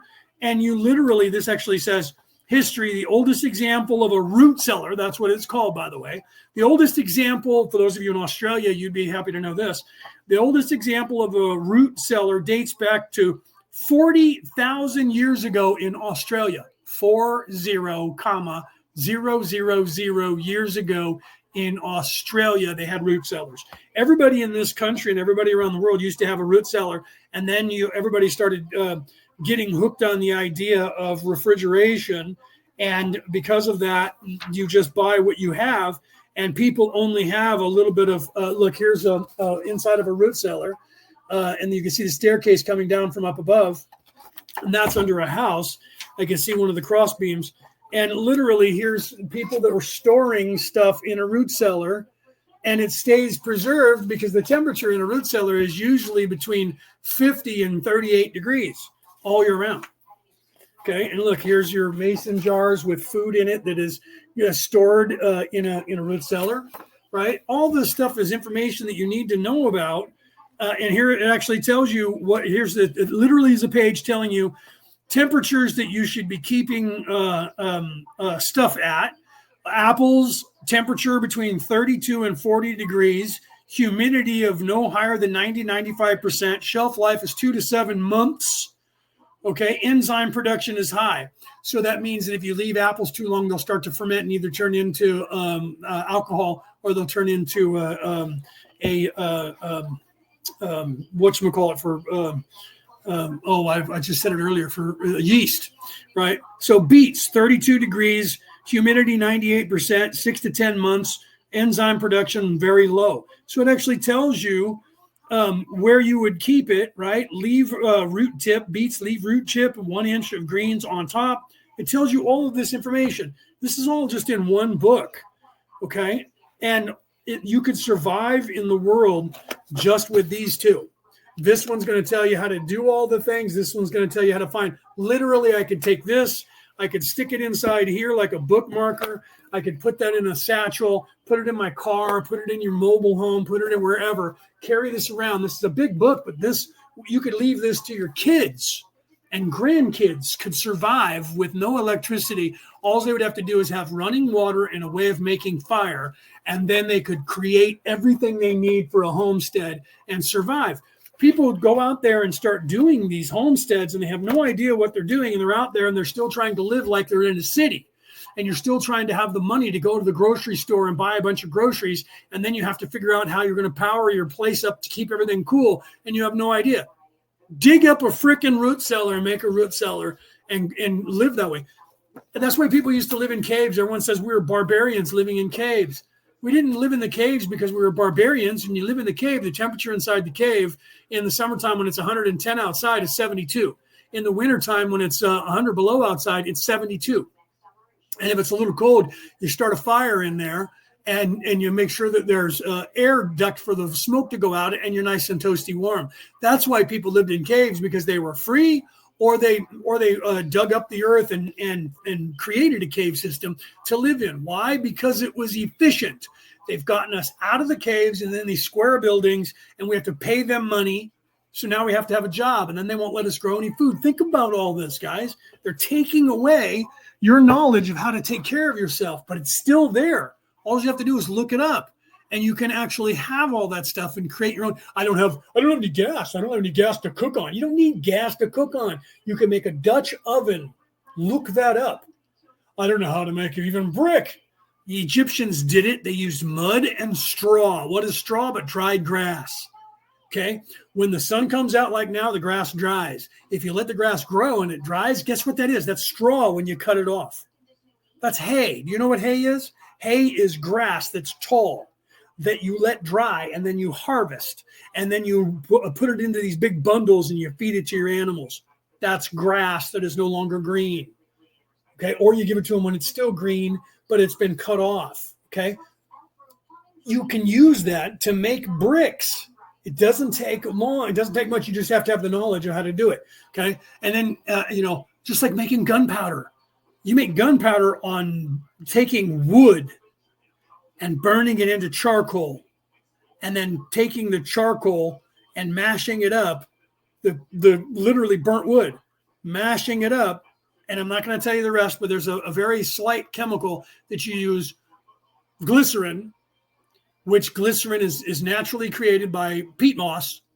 Okay. So you take leaves from a tree in the fall and you pile them up. Okay. And then you keep it watering so it doesn't catch fire. So you have to water it down and then turn it. And then what happens is the natural from the water and the compaction creating friction, literally what leaches out is glycerin. Glycerin is from nitroglycerin. Okay. So then you just need to, I'm not going to tell you the rest of it because I don't want people to do this and blow things up, but you take the glycerin and you let it dry in a dry environment. And then you take that glycerin and you mix it with the charcoal, and that is gunpowder. Okay. So it's actually a very simple process. It takes some time to do it. And I know how, because you have to make a crucible and things like that. And so you need to know what you're doing. Then you have to churn it. But it doesn't take long. That's just for gunpowder to create a gun or a cannon, explosives, dynamite. Okay. But the same thing, making brick is straw, mud, clay, if you can find clay. If you're in the United States, there's clay everywhere. You just got to dig down to it and find it. Take the clay, you mix it with the dirt, you mix it with some straw, and then you set it out in a form, which you can create by either putting rocks up or take some wood and make it and set it out and let it bake in the sun. Then you literally dig it up and flip it over with a big wooden spatula so that it dries on both sides. And then if you do the formula right, you have a brick. Okay, you make a bunch of bricks naturally by putting out rows of brick. That's how they used to do it. That's how they still do it. Everything takes time. Nothing happens overnight. But if you start doing it every year, then you have these bricks that work forever. And then when you fire the bricks and it tempers the brick, then the brick becomes fireproof, and it holds its heat. That doesn't take long to temper them either in the fire. Then you take these bricks, or you can get cinder block or brick that's laying around from somewhere, and you can literally make your own Dutch oven. And then put a grate over it from a barbecue. You don't have to have the whole barbecue anymore. You just have to have that grate from your oven, from your stove, or from anyone else's that jumps. you put the grate over it, and you just make sure that there's air that flows through. It's in the book, or I can tell you how to do it. So then you put wood in there and you burn the wood, and the wood heats up and you cook your food on top. The best thing to have is cast iron skillet, one with a handle on the top of it so that you can hang it above a pot with a lid, and then pans. All these other aluminum frying pans, all this shit they sell you in the stores, they're crap. Cast iron. Where do you get them? You get them at all the freaking consignment shops and the places that old people go to, the Goodwill and stuff, because grandma and grandpa are all dying and people don't have any wanting for these heavy cast iron skillets, and they give them to these people and they sit there for $1.298. Every time I need one, I go to one of these places, a Goodwill, walk in, there's 10 or 12 of them laying around, and I go and pick them up. As long as they're not rusty, you pick them up. And even if they're rusty, you can still get the rust off of them and you can temper them. You temper them when you wash them. You never use soap. That ruins it because it leaches all the oil out of it. You wash it with hot water and you scrub it with a steel wool. You get all the freaking food off of it. You don't use soap because I have to sterilize it. No, because you're going to cook it. Cooking kills all germs. That's why we started cooking things, so that if there was any weird germs, it would cook the germs and kill them. I guess I'm doing a whole show today on, instead of the law of one, we're going to be talking about survival. Then you take some oil, some cooking oil, and you put it in the pan and you heat it up, and you let the oil not start bubbling and start popping and blowing things up, but you heat it up to where if you take some water on your fingers and you throw it in there and it crackles and starts exploding, it's hot enough. Turn it off, leave the oil in there, let it cool down to room temperature. Make sure you rub the oil around the entire inside of that cast iron skillet and leave it like that. Pull the excess oil off or not. Leave it like that and put it away. You want it to be oiled. And then the oil gets into the pores and it makes a non-stick out of the cast iron. Okay. And then when you go to cook, that's bacon grease. You save the grease, you pour it in, you take a beer can. If you drink beer, you pour the bacon grease, cut the lid off the top of it, or use, something else, whatever you can use.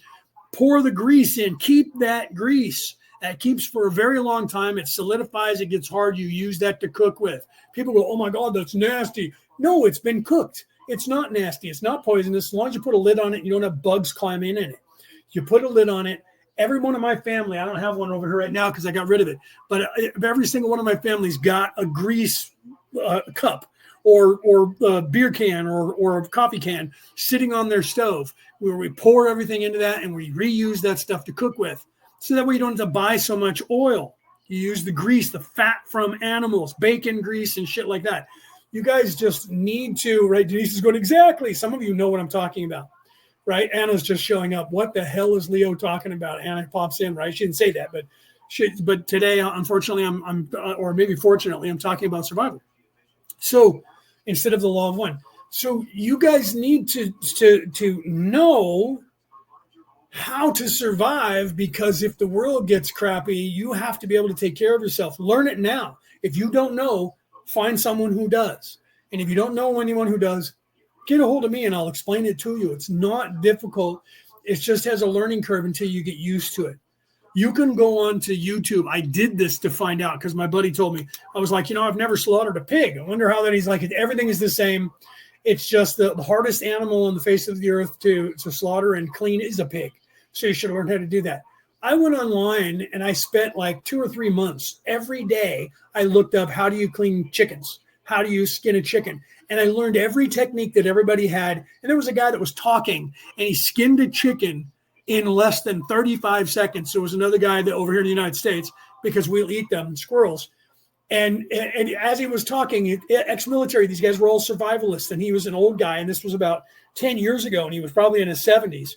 He literally shot a squirrel and gutted it and cleaned it while he was talking on camera and was like, here you go. And there's people that do that with every animal. They show you step by step, filming it, and you can learn how to gut and prepare every animal to eat that is out there. Every kind of bird, everything. And I looked that up to see how accurate it was. And I was like, wow, I learned techniques on how to do that. The old Irish, Peters, if he's still here, the old Irish technique of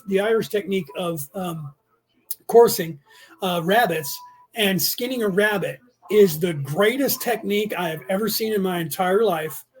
and the fastest and the most efficient way of skinning a rabbit or at least gutting a rabbit that I've ever seen in my life.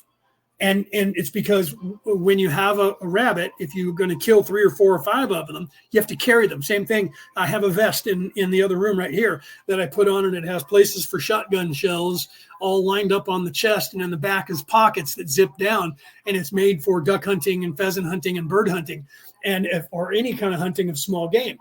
And you take the dead animal and you shove it in the pack and zip it up, and you keep going, right? And literally, this guy was over in Ireland, and he grabbed a rabbit that he had just shot, and he said, the guts of a rabbit weigh, right? It's weighing, and it starts to go bad as the rabbit is if you don't clean it right away.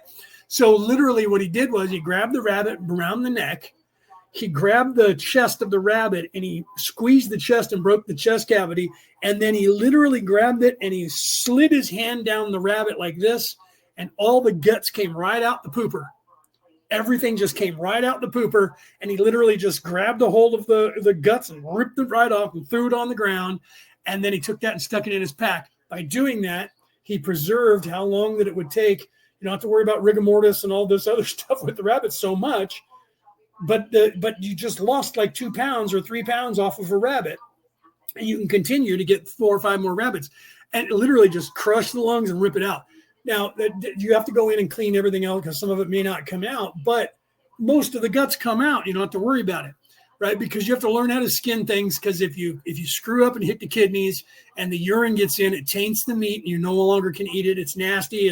It's got high in ammonia and salt, and the meat's no good. So you have to learn how to do these things, but it's not that difficult. And if you don't want to do that and you just want to get into, vegetables, the same thing is there. Literally growing, you just have to learn when to plant crops. Wherever it is that you live, what grows there in that area, when do you plant those? When do you harvest those? You learn these things from things like these 2 books that I just showed you. Right? This little guy right here tells you how to forage and find them. This big guy here tells you how to do everything else. All the things that I learned as I was a kid, learning from all of my family and friends, my dad's friends, and all of these survivalists on how to do this stuff while I was growing up. I thought everybody knew how to do this until I realized that it's only 2 or 3% of the population today still knows how to do these things.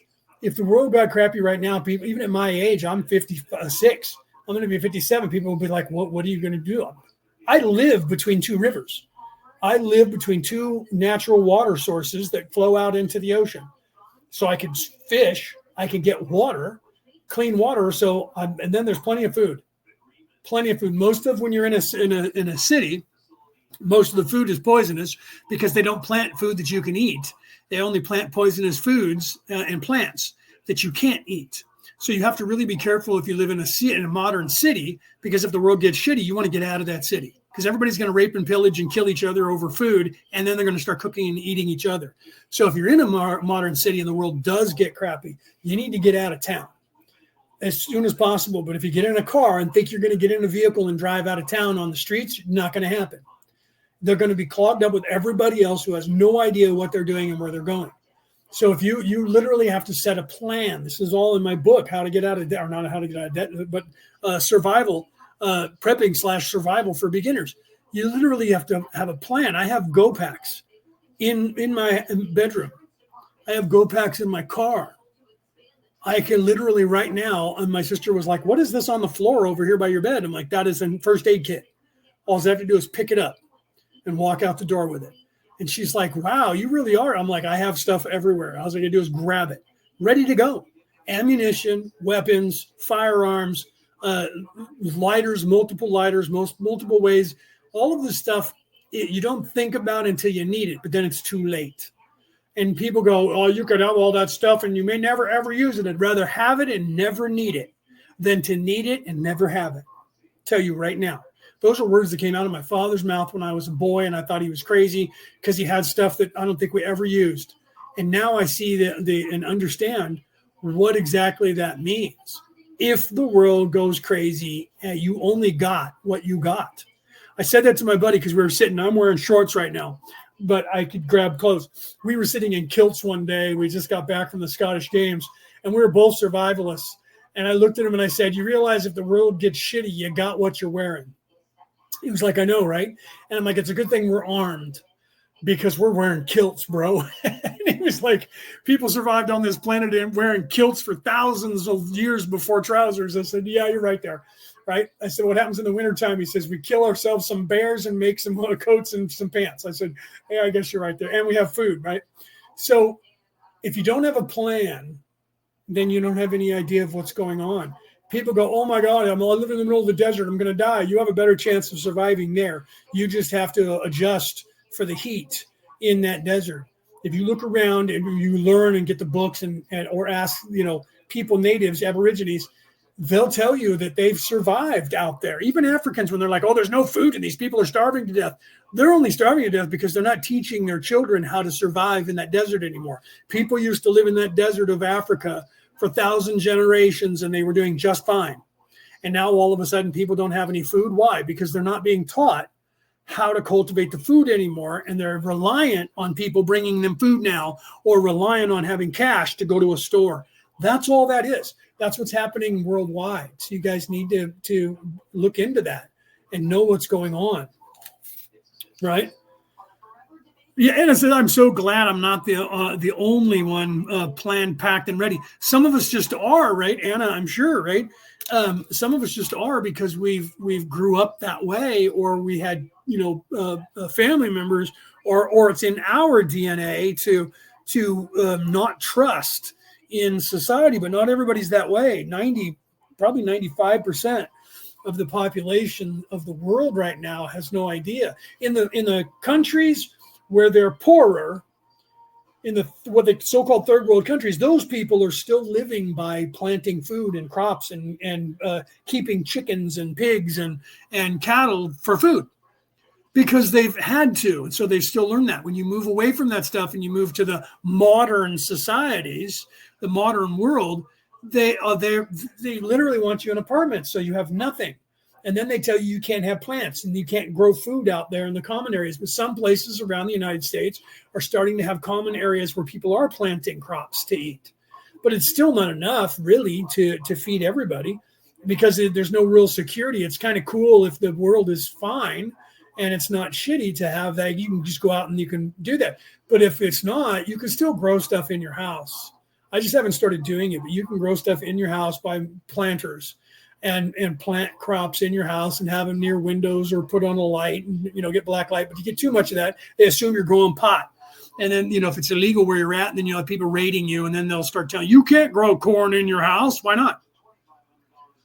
Right? They'll have to make a law to stop you. In this country, because people were starting to do that, they were making laws that won't allow you to grow a certain amount of crops in this country, because they don't want you growing too much food. Because if you do, you'll start giving it to your family members or trading it, and they can't have that because they're not making money off of it. So they're trying to make it every year or every few years, they're lowering the amount that you can grow on your own, because eventually they're just going to take it away. And they do it so slow that they go from, well, you can only grow 2 bushels of corn. Then 5 years later, 1 bushel of corn. Then 3 years later, half a bushel of corn. And if you don't know what a bushel is, it's because they've already taken that knowledge from you. Okay, so that's what they're doing, and they're lowering the amount. You can only keep these amount of chickens.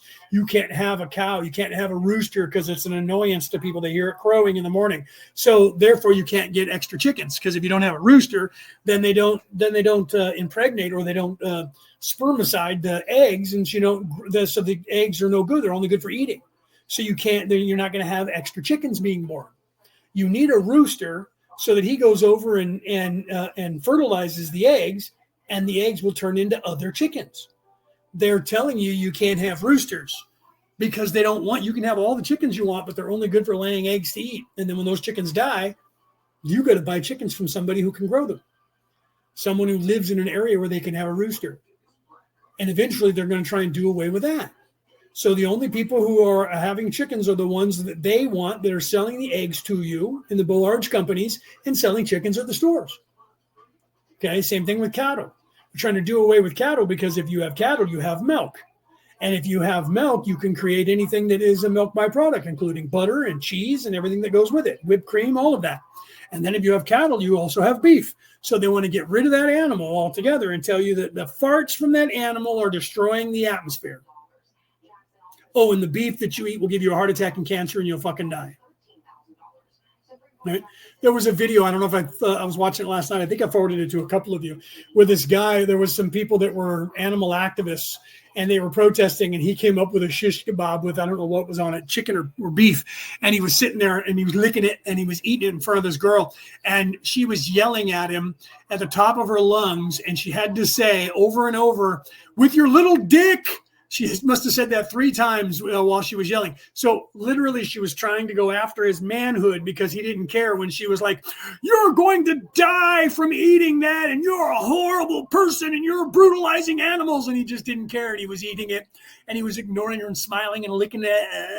And then she had to go and say that he had a little penis over and over, because she was trying to get him and to just be mean as she could to him. And so she had to go and say, "With your little dick," like, and I was like, well, then I started wondering, I wonder if they were boyfriend and girlfriend and they broke up or something, because why would some random woman trying to be telling some guy who she's offended by because he's eating meat, why would she then come across and say, "You have a small penis, you have a little dick"? Unless she was a angry ex. And if not, then that just tells you the mindset of that person, that she literally, because she hated him so much because he's eating meat, that she has to go after his sexuality because nothing else was working. And nothing ended up working. He just kept eating it in front of her with a smile on his face and waving it in front of her face. Then somebody grabbed her and pulled her away because she kept getting more violent, and she probably went after him. But then this other woman was there, and she started yelling at him, and he was doing the same thing. And she's like, "You know what? I don't even care. I'm not going to tell you anything because you're going to die anyways." And that was when they finally ended it. So that was an adult woman who was probably in her 30s, and the other girl was in her 20s. So the one who was in her 30s, because he was like, I really don't care about you, but I'm not going to just like kowtow and run away. So I'm going to go and get a shish kebab with some chicken on it and eat it right in front of you, and not care, right? Because I can. So he was antagonizing them, and they were antagonizing him. But the whole purpose of that was, they feel, these people who were protesting things feel that they know better than you or anyone else what's good for you. Same thing with the atmosphere in the world, right? 1970, before I was born all the way up to 1975 in this country, all they kept telling us was, the world is cooling and we're going into an ice age. It's imminent. By the year 1985, we're going to be in an ice age that's going to last for 10,000 years. And that scientists have been saying for decades that the world is winding down and getting colder, and we're all going to die. And then in 1975, on one day, it went from, we have global cooling and we're going to go into an ice age, and the next day they went global warming and the sea is going to rise and we're going to melt everything and the ice caps are going to melt and the water's going to boil and the earth's going to die. And since then, in 1975, from that point to this, they predicted that we were going to be dead in less than 5 years from 1975. And then 5 years later, another 5 years. 5 years later, another 5 years. 5 years later, another 5 years. Okay. And the global temperature since 1975 has gone up 0.3% in 50 years. That's it. Okay. And literally the sea is going to rise in the next 400 years by 8 inches. That's it. That's what scientists are predicting. 400 years, 0.8 of an inch, or 8, let's just say it's 8 inches. 8 inches. This isn't the flood where the sea rose like 500 feet in 50 days. Okay. So literally, it's bullshit. You can look into that. But it depends on where you look. And then when you look at things, just like fact checkers, when you look at a scientist, you have to look at who paid that person to do that and what the agenda is. Because these days, it's mostly a lie on all sides. But nothing has changed. That's why there was a guy that was a comedian, and he's this old man. He must have been in his 80s. And he was talking about, he says, for all of you young people that are worried about the climate, He says, just so you guys know that every single year, it's hot in the summertime. And some years are hotter than others. My entire life, they've been bitching about that because for 50 years they have. And nothing has changed, just the hottest on record. This today was the hottest day in the history of the planet. Yeah, and 2 months ago, it was the coldest day in the history of the planet in that same time period. That happened here in the United States. Here in the United States, 2 months ago, was the coldest month that we had on record and possibly in the last 10,000 years since Ice Age in the United States, North American continent, because of this Arctic blast that happened, and all of this cold air came down from the north and swept across the entire continent of the North American continent. In fact, it went around the entire northern hemisphere of the planet. Coldest on record for 1,000 years for that time period. But yet we're concerned because the planet is heating up and we're all going to die. It's just not going to happen. It's just they're making money. Same thing with everything else that they freak out about. But things could happen. You could have something like Katrina happening that happened like over in Louisiana. Things could happen. And if you're not prepared and something happens, I've been talking my entire life that California is going to break off from the continent and fall into the ocean. Could happen any moment. I know people that are paranoid, scared to death that there's going to be a giant earthquake and the whole, most of California is just going to fall off into the ocean. We're all going to die. And they moved out of the state. Same thing with the super volcano in Yellowstone National Forest, Yellowstone National Park. It's a super volcano and it's overdue. And it always blows off and kills off 3/4 of the population. And it's overdue by 300 years. It can happen any moment. It's going to happen. Krakatoa will be pale in comparison. They've been saying that since I can remember, since I was a little boy. Still hasn't happened. Well, it could. Yeah, you're right. Just like Nostradamus could be right once. Okay, it could happen. And if it does, it's not going to matter where you are. If that super volcano erupts in the United States, that's a global killer. If that erupts, everyone on the planet, probably 3/4 of the population of this earth will be dead. So it doesn't matter where you run and I'm going to move to South America. It's going to get you there too. Okay. So if it happens, you're all going to die. We're all going to die. It's just a matter of how soon, whether you die right in the blast, you die in a week, a month, a year, 5 years. Same thing when they talk about nuclear winter. I'm gonna buy a shelter. I'm gonna dig a shelter, and if there's a nuclear explosion, I'm gonna go live under my shelter. You better hope that you can live there for 50 generations, because otherwise, if you don't have that much food, you're gonna die as soon as you come up topside. Okay. So the same thing. If there's a nuclear war and it gets big enough, the amount of radiation is going to kill everybody on the planet eventually. So if you worry about that stuff, you're going to end up on the floor laying down, sucking on a Cheerio with a blanket over your head. However, smaller events can happen that can wreak havoc, and you could be without power, water. You could be in a demilitarized zone where people are killing each other. That can go on for a month, 3, 4, 5 days, a month, a week, a year. That can go on for a long time. If those things happen and you don't have the wherewithal to take care of yourself, you're going to be one of the dead. Same thing with how bad things are getting in these societies where people are starting to have to now move and live out on the plains the way people used to live in this country all the way up until the 1940s. And then things changed. And if you're part of our generation, or even one of the generations that's around that's 100 years old, you never had to worry about those things. Unless you are 100 years old, then you might have grown up during the problems that we had in the United States in the 1920s and 30s. Okay. Otherwise, you don't know what it's like.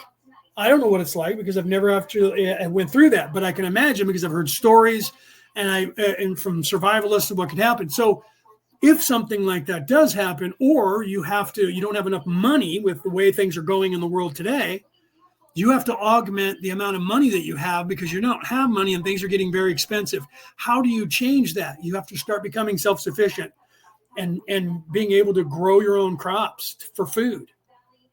And so people are going to start moving out into the rural areas and living on plantations. You're seeing it happen. I know personally, in fact, literally, On here, you have Cody, who's starting to do that. Aaron, if he was here, is starting to do that. People are starting to do that out of necessity, and they're having to learn that learning curve of how to survive now out on the plains, because no one is alive in their family to teach them. And so my point is, start learning it in case you need it. If you don't know it, you can't easily make that transition. It's hard work. I would have a hard time because I'm not in shape. I would have a hard time right now doing that if I had to, but I could survive because I have the knowledge to make my life easier, and I wouldn't be living in fear with not knowing how I'm going to survive. Right? You have to learn that you can't rely on society the way you know it. You have to figure out ways, like Aaron's doing that now, where he's realizing, I need more power to run everything because everything is electric. So I have to have more solar panels. And I was like, what about wind? They have these little wind turbines now. I've seen them down the street here. This guy has them on his building to where they're only about, a couple feet tall, and they spin in the wind, and that generates power. Okay. And I see that when they have them on boats, to where as they're sailing, they have them up there and they're just turning from the motion or the wind, and they're generating power. It's not going to generate all the power you need, but if you have solar panels and wind, and then if you have a running water, you can then hook up what they used to do in the old days, where you literally have sitting in the water a little turbine that's turned by the water as it runs by, and that generates more electricity. Then you just have to have batteries to put that to put that electricity into, so that you can use that stuff. So you have to think of this stuff beforehand and figure out, is there running water? And if not, I need to figure out water. Do I need to start digging for a well? Find out if there's a water table, how deep is the water, and start doing these things old school ways. Otherwise, you're still relying on money to survive. So you have to figure out septic tanks. You have to figure out all this stuff, because otherwise you still have to go back into town to drain your septic tank out of whatever trailer that you're using that you're pooping and peeing in. Do you see? Or you dig an outhouse, or you dig a septic tank and have chemicals and fix all that stuff. If you don't know how to do all of that, you got to figure out what you're going to do to pump that shit out. That means you need to generate cash, because you're going to need that to do that. Unless you have plumbing on the property that you move into. And then you're still paying somebody else for that. So you can get kind of off the grid, but you have to realize that there's still things that you have to learn. Learn the things ahead of time, and that way you don't have to worry so much when you're trying to figure it out on the fly. But if you're out there and you're having to figure it out on the fly, my point here is there's resources for you, right? I was watching a TV show. It drove me crazy. My mom loved it, and it was Homestead Rescue. And I was like, these people are morons. Why are they out there on a homestead and they didn't research any of this, and they have no idea what they're doing? Why did they do that? Right? These people, it wasn't like they had no choice. If you have no choice, then I can see that. You're like, I was screwed and I'm out here now. All right, figure it out. I'm not going to yell at you and go, why did you get yourself out there and not learn this? Whatever happened, and you're out there. Okay, figure it out. But these people were choosing to be off the grid. I'm going to go and live off the grid, and I'm going to create a homestead. Okay, then why didn't you research what you needed to research to figure it out, so you hit the ground running? You're out there trying to figure it out. You couldn't, and you called in a specialist, and he had to come and save your homestead and film it and make you look stupid on national television, worldwide television, that you didn't know what you were doing, and these people had to come in and fix your homestead for you so that you could survive out in the wild. Why didn't you use your cell phone that you already had to have all of these resources ahead of time to figure out what I'm going to need to do when I'm out there? Plan. If you don't have a plan, you don't have a life. If you can't plan now, what makes you think you're going to be able to figure that shit out when you're out there? Some people have to do it out of necessity. The necessity is the mother of invention. I get that, and I'm okay with that. If you're strong enough, you're going to survive. But my point is, if you don't have the knowledge to begin with, you're behind the eight ball to start. And that's scary. It's scary enough even when you're not behind the eight ball, right? Learn what the word pemmican means. It's not just a beef jerky company.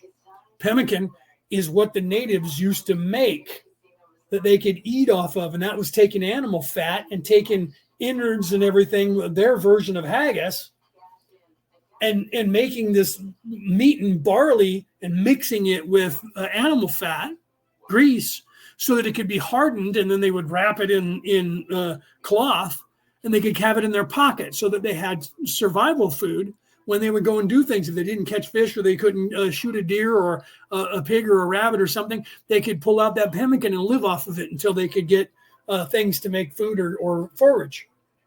And it was called pemmican here in the United States. And a company made beef jerky out of that. It was where beef jerky came from, or where jerky came from, was from pemmican, but it wasn't done with, but they still did that as well. Learn how to dry naturally meats to make jerky without electricity. Learn these things. You can do it with fish. You can do it with everything. And it preserves it for a long time. Root cellars. All of that are in these books, right? Like I said, I'm not getting paid for this. This isn't a commercial for this, whoever wrote this. There's other ones that are out there. This just happens to be the one that I have on hand, right? The Lost Ways. This one's a good one because it tells you all the things that I talked about in my book when I put that out. Mine was a lot smaller than this and a lot more to the point, but this one has pictures and everything in it. And then, foraging for edible foods. This little thing is a lifesaver, and it's laminated, so it's waterproof, right? You can carry this in a purse, a satchel, in your back pocket if you have to. Very lightweight. The other book's a little heavier. You can find these things out there and have them on hand in case the world gets shitty. And if the world never gets shitty and you never have to use these items in your entire life, then you can rest your head at night when you go to bed or when you're dying on your deathbed. I was spared from having to rough it the way people lived on this planet for thousands of years. Thank God for that. But my kids learned and my grandkids learned because just in case. Most people don't want to have any part of it. They don't care because they think this is going to be around forever. What if it's not? Can't guarantee anything. Can't guarantee how long you're going to live. Can't guarantee whether you're going to get your arm chopped off or shot or raped or pillaged. So why assume there's always going to be a tomorrow and that I'm always going to have money and there's always going to be food at the store? There's always going to be law and order. Because if you're living anywhere in the developed world today and you remember 5 years ago, you should know how bad things have gotten with crime and everything else in whatever country you live in right now. COVID was the beginning of it, and things have degraded with this whole defund the police crap that they have going on. So, and then think about if you're a farmer in most of the European countries, you know what I'm talking about. You guys had to fight because they were trying to outlaw you guys from being able to farm food. They're still trying to do it. Why? Why? Because they want to control all the food and the only controllers of the food. Okay? That's why in my new book that's coming out, yes, I'm going to do a commercial, and I'm going to get off here because it's almost 5 o'clock and I haven't done any of the law of one. We'll pick that up from the beginning next week. That's why in my book that's coming up, I call them the controllers because that's what they do. I'm not naming names, so I'm not going to have any Bilderbergers and Illuminati or Anunnaki trying to murder me. I'm generically calling them out, but I pretty much tell you who I'm talking about without saying names. So the reality about reality, returning to the old ways, is not about survival in the physical, but it is about survival in the spiritual, in the same way that prepping or being a survivalist in the physical is about surviving off of the grid away from their control. And that is where everyone is going to have to start doing unless we gain control of and wrench control away from these people who are controlling everything currently. Because they're taking more of it, and they tried to lock down the world through COVID and it didn't work. But they're fighting really hard to let go of the control they did get. And they keep trying to tell us every other day there's a new COVID strain that's popping up that's combining with 47,000 other COVID strains, and it's 800 million times more lethal than the other one that came out yesterday. And that if you don't get the shot, you're all going to fucking die. And guess what? Nothing changes. Not everybody dies. The pandemic has been over for 2.5 years. Never really began. Most of it was a lie. We know that now. And things are still the same, except for when they tell you it's not, and they're lying to you, and they're taking more and more of your control. Okay. Things are starting to go back to normal because why? We're hurting them in their hot pocketbooks. And this is why I brought this up today, and this is why I went down this road. If you guys all start growing your own food and start buying stuff less in the store, you're going to see an apple go from $2 for one apple to 50 cents an apple because they're going to get desperate that they're not making money and they're going to lower the prices. Okay. When people stopped buying everything when the housing market crashed in the United States, they were selling $500 leather jackets for $50 because they needed to make money to stay alive. The prices of food are starting to come down even in the state of California because they've raised the minimum wage and no one's going to the restaurants. Large corporations are closing their restaurants and leaving the state because they're not making any money because no one's buying it from them. Because they can't lower their prices because they have to pay to keep the doors open because this state is forcing them to pay their employees $20 an hour in a place where the minimum wage in this country is like $12.50. I hope every company leaves the state of California and there is no food and there is no gas stations and there is nothing here because the people will then start leaving and then they'll start selling houses with backyards and I'll move into one of those and grow my own food or I'll move out of the state. That's how things become affordable is we take back what is ours. We don't have to overthrow anybody. If you guys are afraid to vote them out, all you have to do is start fending for yourself. Make your own bread. That's actually pretty easy. You can still get 5 pounds of flour in any store for less than $2. It used to be like $1 or 50 cents, but COVID drove the price up. Okay. You can still get flour and salt and everything that you need. I have stuff here that I bought during COVID that I haven't used. I'm running low on flour because I used it to make gravy. I got to get some more flour. I have enough yeast to last me a year sitting in that cupboard right there to make bread for over a year and never run out of yeast because I stocked up on it. I have 5 pounds of salt, sea salt from the San Francisco Salt Company in that cupboard over there. I have 10 pounds of baking soda over there. And I used to have 20 pounds of flour. I bought all that during COVID. And rice, I have 20 pounds of rice and pasta in that pantry over there. And I don't eat any of it. It's all dry goods and it can sit for 4 or 5 years before it goes bad. Why? Because if things get crappy, I have pasta, I have rice, I have flour, I can make my own food. Most people have 3 to 5 days of worth of food in their house. And some people who have a pantry have maybe 30 days worth of food if they're lucky. That's it. I keep enough to where I could literally feed my mother and I without even MREs. I could feed my mother and I, and the only thing I would need is water. And if the electricity goes out and we don't have any water, I can go down to the river and bring back water.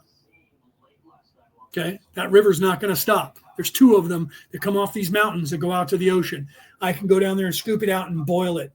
Okay? I have survival gear. I have stoves. I have gas. And I had to, right out here, I'll make a Dutch oven. Anybody that's going to try and stop me with a law, the police are going to show up and when the world's shitty, they're not coming here. They're going to be standing in front of the Walmart and a Target and all the big chain companies trying to keep all the looters out. I'm going to be worried about some guy making a Dutch oven in the front lawn of his apartment complex. Right? They're not going to be worried that I'm going to chop down a tree or go into somebody's house who's dead and bring their furniture out and start cooking using it. Right? My buddy used that term when there was a true story, a movie that Mel Gibson made called We Were Young Once and Soldiers, written from a book, from a true story of I think they were in Korea. I don't remember if it was Korea or Vietnam. It was one of those two. It might have been Vietnam. It was Vietnam. First Air Cavalry in Vietnam. And they went, when the French pulled out of Vietnam, the Americans went in, and the First Air Cav went in, and they got surrounded and attacked, and they had to fight for their lives and hold out against this onslaught of the Vietnamese army that came in. And eventually they ended up having to pull out because they were about to get all killed and they got overrun. And they wrote a book about it. The guy that survived it wrote a book about it, and Mel Gibson made a movie out of it. And in the beginning, they had been in Korea, him and his first sergeant. He was a colonel or a lieutenant colonel. And they were getting geared up, knowing that they were going to go into Vietnam and go in the middle of a demilitarized zone and behind enemy lines and be in war. and they were loading up with weapons. And he looked at, I can't remember his name now. He was born out here in Sacramento, where I live. Famous cowboy actor. I can't think of his name right now. Was in Roadhouse with Patrick Swayze. Has that deep, gravelly voice. Always has a mustache. He was born here, and he doesn't sound like it but his father always called him a prune picker because they came from Texas. So he has the accent, but he was born in Sacramento. And he talks about, I can't think of his name right now. He's married to Mary Steenburgen. Anyway, he was in it, and he's grabbing an M16, and he says, "Do you want one of these?" And he says that, and Mel Gibson's character says that to him, and he says, "No, when we're in the middle of it and I need one, there'll be plenty of them laying around on the ground." Because he knew that most of these kids were going to die. And those old war dogs, he would be able to just pick up a gun from the wounded or the dead.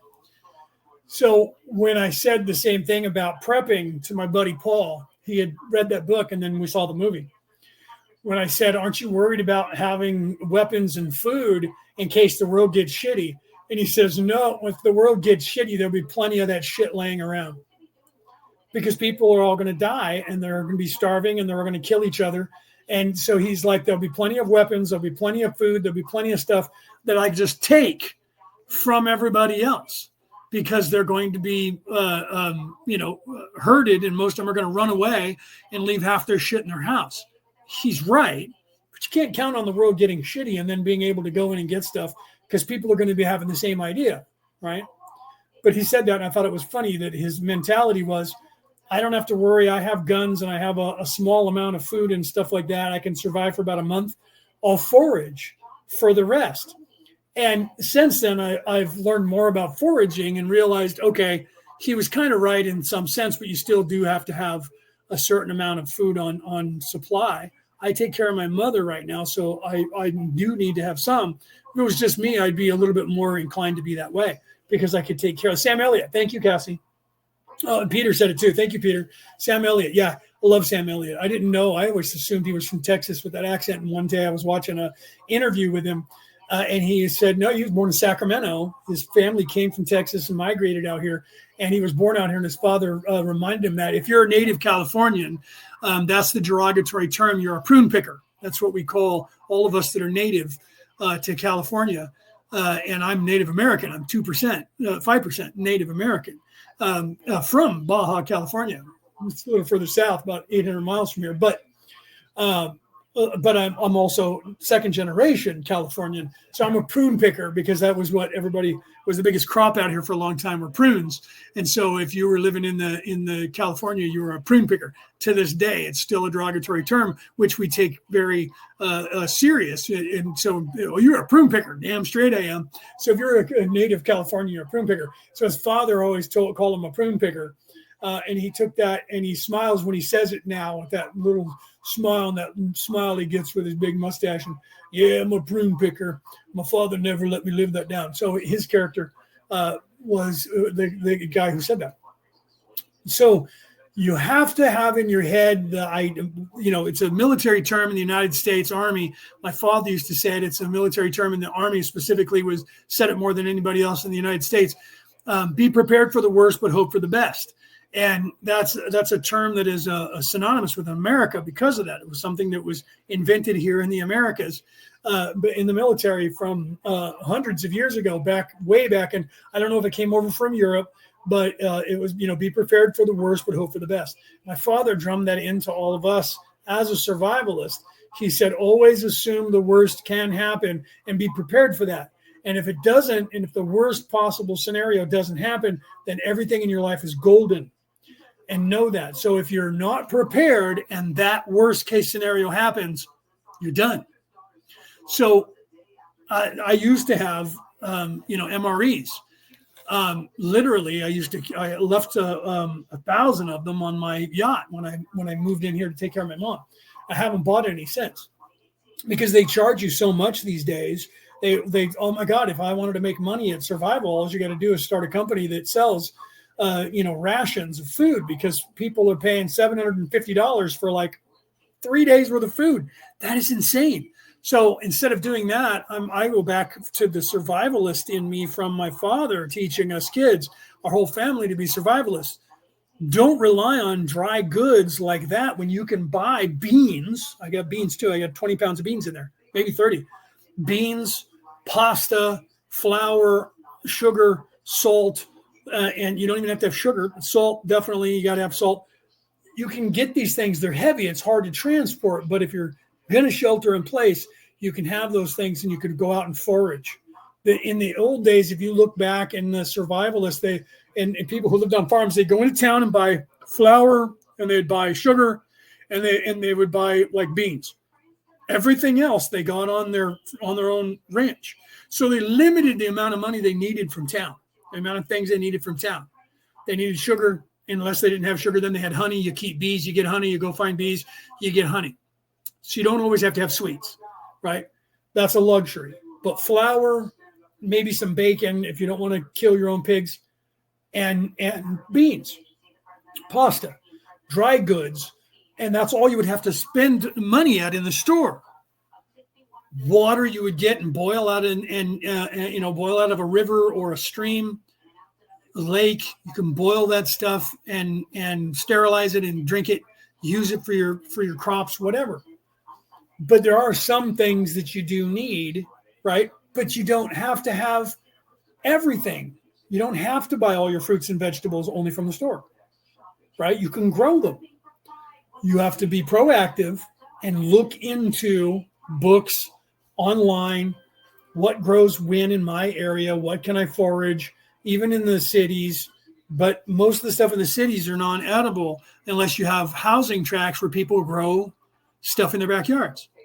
Then you have lemons and apples and cherries and avocados and things like that people are growing, right? Those are older people usually. And grandmas are always famous for that. But you should learn to start doing that now. If you live in a house, grow a garden.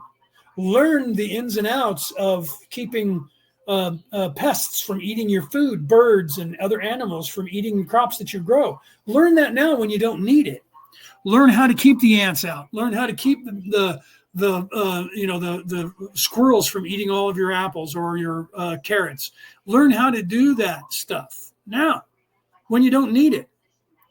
But then you're going to find that you can grow your own spices too. All of the spices, garlic, chives, all of the spices that you use, dill, all of those you can grow in a little cubby that's in front of a window. You can grow in a little teeny planter that's like 2 feet by a foot by 6 inches deep. You can grow all the spices you cook with. Okay? You can literally do that. So you need to look into these things and start doing them you'll find that your bill at the grocery store is going to be less because you won't need to buy all of that stuff. If you get yourself kind of in the mindset of, what do I need to do so that I don't? And you'll find that it's really cheap and it's self-sustaining. Okay. Right. Some of the stuff you can immediately, but if you're going to grow fruits and vegetables, or especially like apples and oranges, you got to plant a tree, and that has to take 3 to 5 years before it starts bearing fruit. So that takes a little bit more time. So you may have to start, bananas and things like that. But everything else, you go get 1 bag of potatoes, you can feed yourself for the rest of your life off of those potatoes that you get from the store by growing your own potatoes from those potatoes. And then every potato that you pick, you plant 1 back. Okay. So you pull up the potatoes and you take all the potatoes off of there and you take 1 potato and put it back in the ground. Learn when you're supposed to plant those. Okay.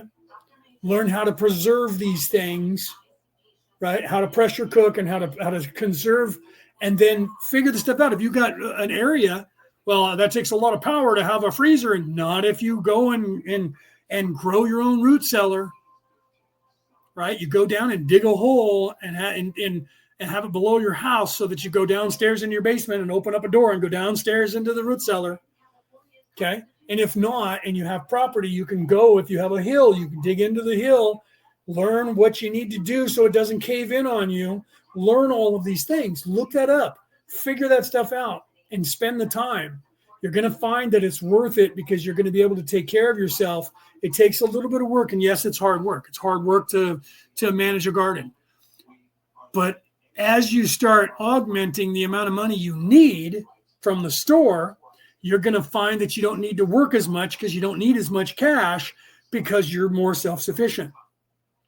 And then you're going to find that most of the stuff that you grow is self-sustaining. You get one apple from the store, and each one of those seeds can grow an apple tree. Do you understand that? You get one cucumber, and every single seed inside the middle of that cucumber grows a whole plant and grows 2 or 3 or 5 cucumbers. So you take one cucumber and take all the seeds out of that and plant them in a row. You have cucumbers to feed yourself and your whole family for the rest of your life now from one cucumber you bought at the store. Do you understand that? You need to learn how to dry the seeds and then cultivate them and put them in the ground and when to get them. But before that, you got to learn to forage for yourself so you don't have, because it takes a while to do that. And the seasons, once you get the seasons down of when to grow things, and then you have the gourds that grow all the way into October, you use them to carve pumpkins and have all these pretty looking gourds you put out everywhere. That's food. And each one of those has seeds in it to grow for the next year. You dry those seeds out. Instead of eating all of the seeds, you dry them out and you store them for the next year and you plant them yourselves. There's crops that you plant as soon as the winter starts to thaw. There's crops that you plant that go all the way up to, and if you're canning everything and mason jarring everything and storing it in a root cellar, you have food to feed yourself throughout the entire winter. And then you just have to go to the store for the small things you don't already have. But you have to start learning to live with the land, not against it. Plant stuff at what time? Like here in the United States, you plant marijuana in May, first week of May, and you pick it in the second week of October, and you have enough pot to smoke until next May when you plant a new crop. I know that. Okay? I know that. Right? So if you're in the United States, May, October is when you harvest all the pot, get all the seeds out of it, take those seeds and store them away until next May, and you smoke all that pot that you grow, and you can grow 7 plants for every person in your household. Doesn't matter their age. In the state of California, it depends on where you are. Look that stuff up. Look up when you plant, when you harvest. You start at certain times and you plant certain things, and then you harvest the seeds for next year, and you're going to find that your bill in the store is going to be far less, which means you don't have to work as hard out in the world to have the money to pay for yourself, which gives you more time to then cultivate more food, and it takes care of itself, and eventually you get off the grid. You don't need all of that. Then it's a luxury to go to a restaurant. It's a luxury to go and have certain things that you can live without. You just have to be willing to do the work that it takes. You're already working for someone anyway as a slave, and just getting enough money to just make it paying them. If you start growing your own foods, fruits, and vegetables, you're going to find that you're going to have an abundance, and you're going to start giving away things. We had a lemon tree in our front yard and our backyard. And my brother and I had a house over in the San Francisco Bay Area. We had so many lemons on those 2 trees that we were giving them to our friends. We were making lemonade. We were making lemon meringue pie. We were making everything you can imagine, lemon bread, and we were giving lemons away. People were giving us apples because they had apple trees. Do you see? You start finding your friends who grow other things, and you start trading. I'll give you all these lemons. You give me some apples. You take the apples and you make applesauce out of them, or you make apple jelly out of them, or you preserve the apples. Same thing with the lemons. You make lemon jelly and you preserve the lemon. You use them for other things. You take eggs from a chicken and you take some EVOO and you rub it all over the egg on the outside and set it down inside of something. That egg will now stay for 2 years in storage as long as you're keeping it in a root cellar. 2 years. All you have to do is go in and turn them over. I do it in the refrigerator. I buy a flat of eggs. Let's say a dozen eggs, I'll put them in the refrigerator, and every 3 days I'll flip that flat over. And 3 days later, I'll come back, or a week later, and I'll flip it back over the other way, upside down, right side up. You come into my kitchen, my sister walked in. Why are your eggs upside down? Oh, this week they're upside down. Next week they're right side up. What does that do? Well, if I just leave the eggs sitting in there, they all go to the bottom and the egg shell is porous and air gets in there and the eggs will spoil. So the date that's on the eggs that you buy in the store gives you about 2 weeks and those eggs are going to go bad. If you leave them sit exactly the way they're sitting in that store for 2 weeks, the eggs are going to start going bad. If you flip those eggs over every 3 to 5 days, flip them over, flip them back, flip them over, flip them back. Those same eggs will last you 90 days minimum in the refrigerator. My sister's like, no way. She came back over. These eggs can't be good. The date on here says they were bad 3 months ago. Yeah, let's crack one open. I'm going to cook some eggs for breakfast. Let's see. Crack. These eggs are good. She started doing it. And she says, oh, my God, you can keep your eggs. And I'm like, that's just by flipping them over. Because what happens is when you flip it over, the yolk goes to the part on the inside and the yolk itself seals the egg. But if you don't flip the egg over, it doesn't seal and it sits there in the top part of the egg. All of the yolk settles. And then the egg is porous because it's honeycomb. If you look at it under a microscope, it's a honeycomb.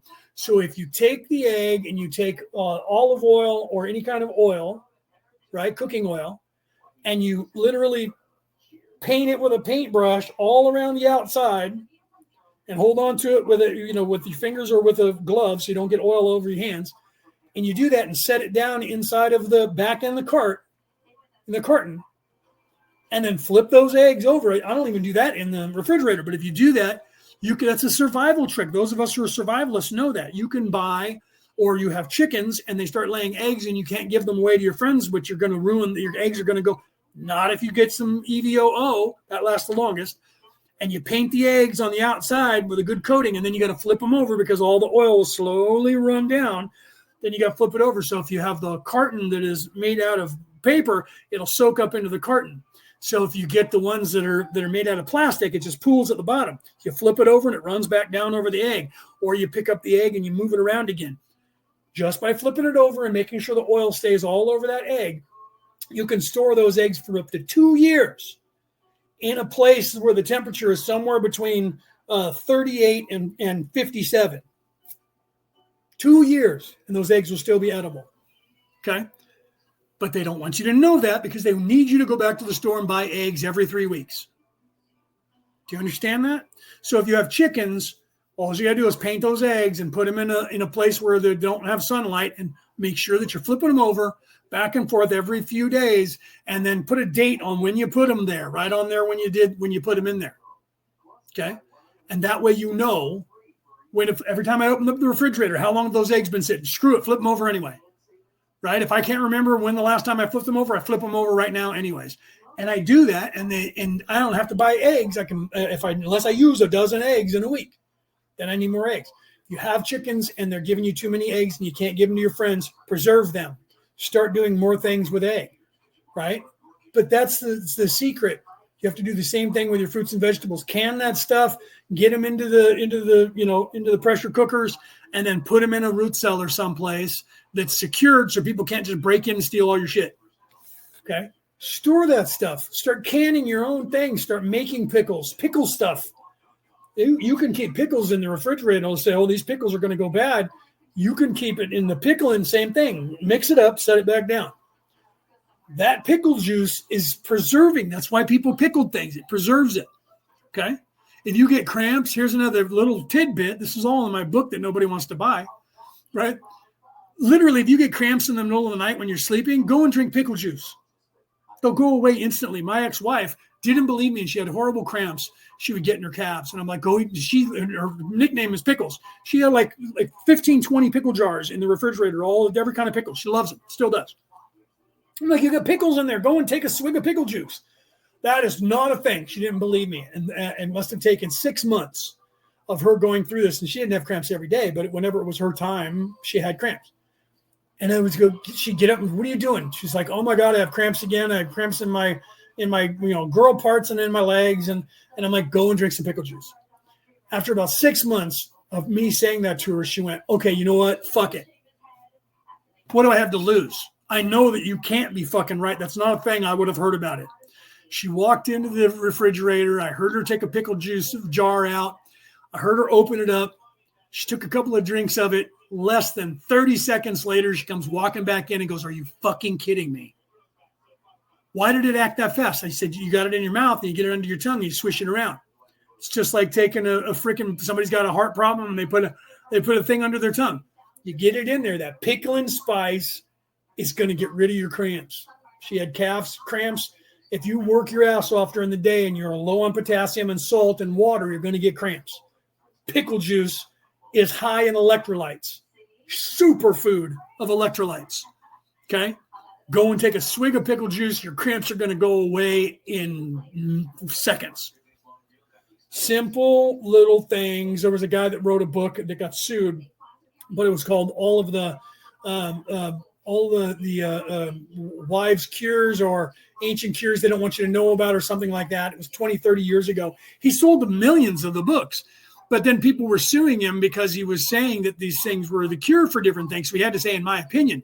But what he did was he took all the wives' tales and all the stuff from grandma and grandpa, great-grandma and great-grandpa, all the things that everybody said, and he wrote them all down.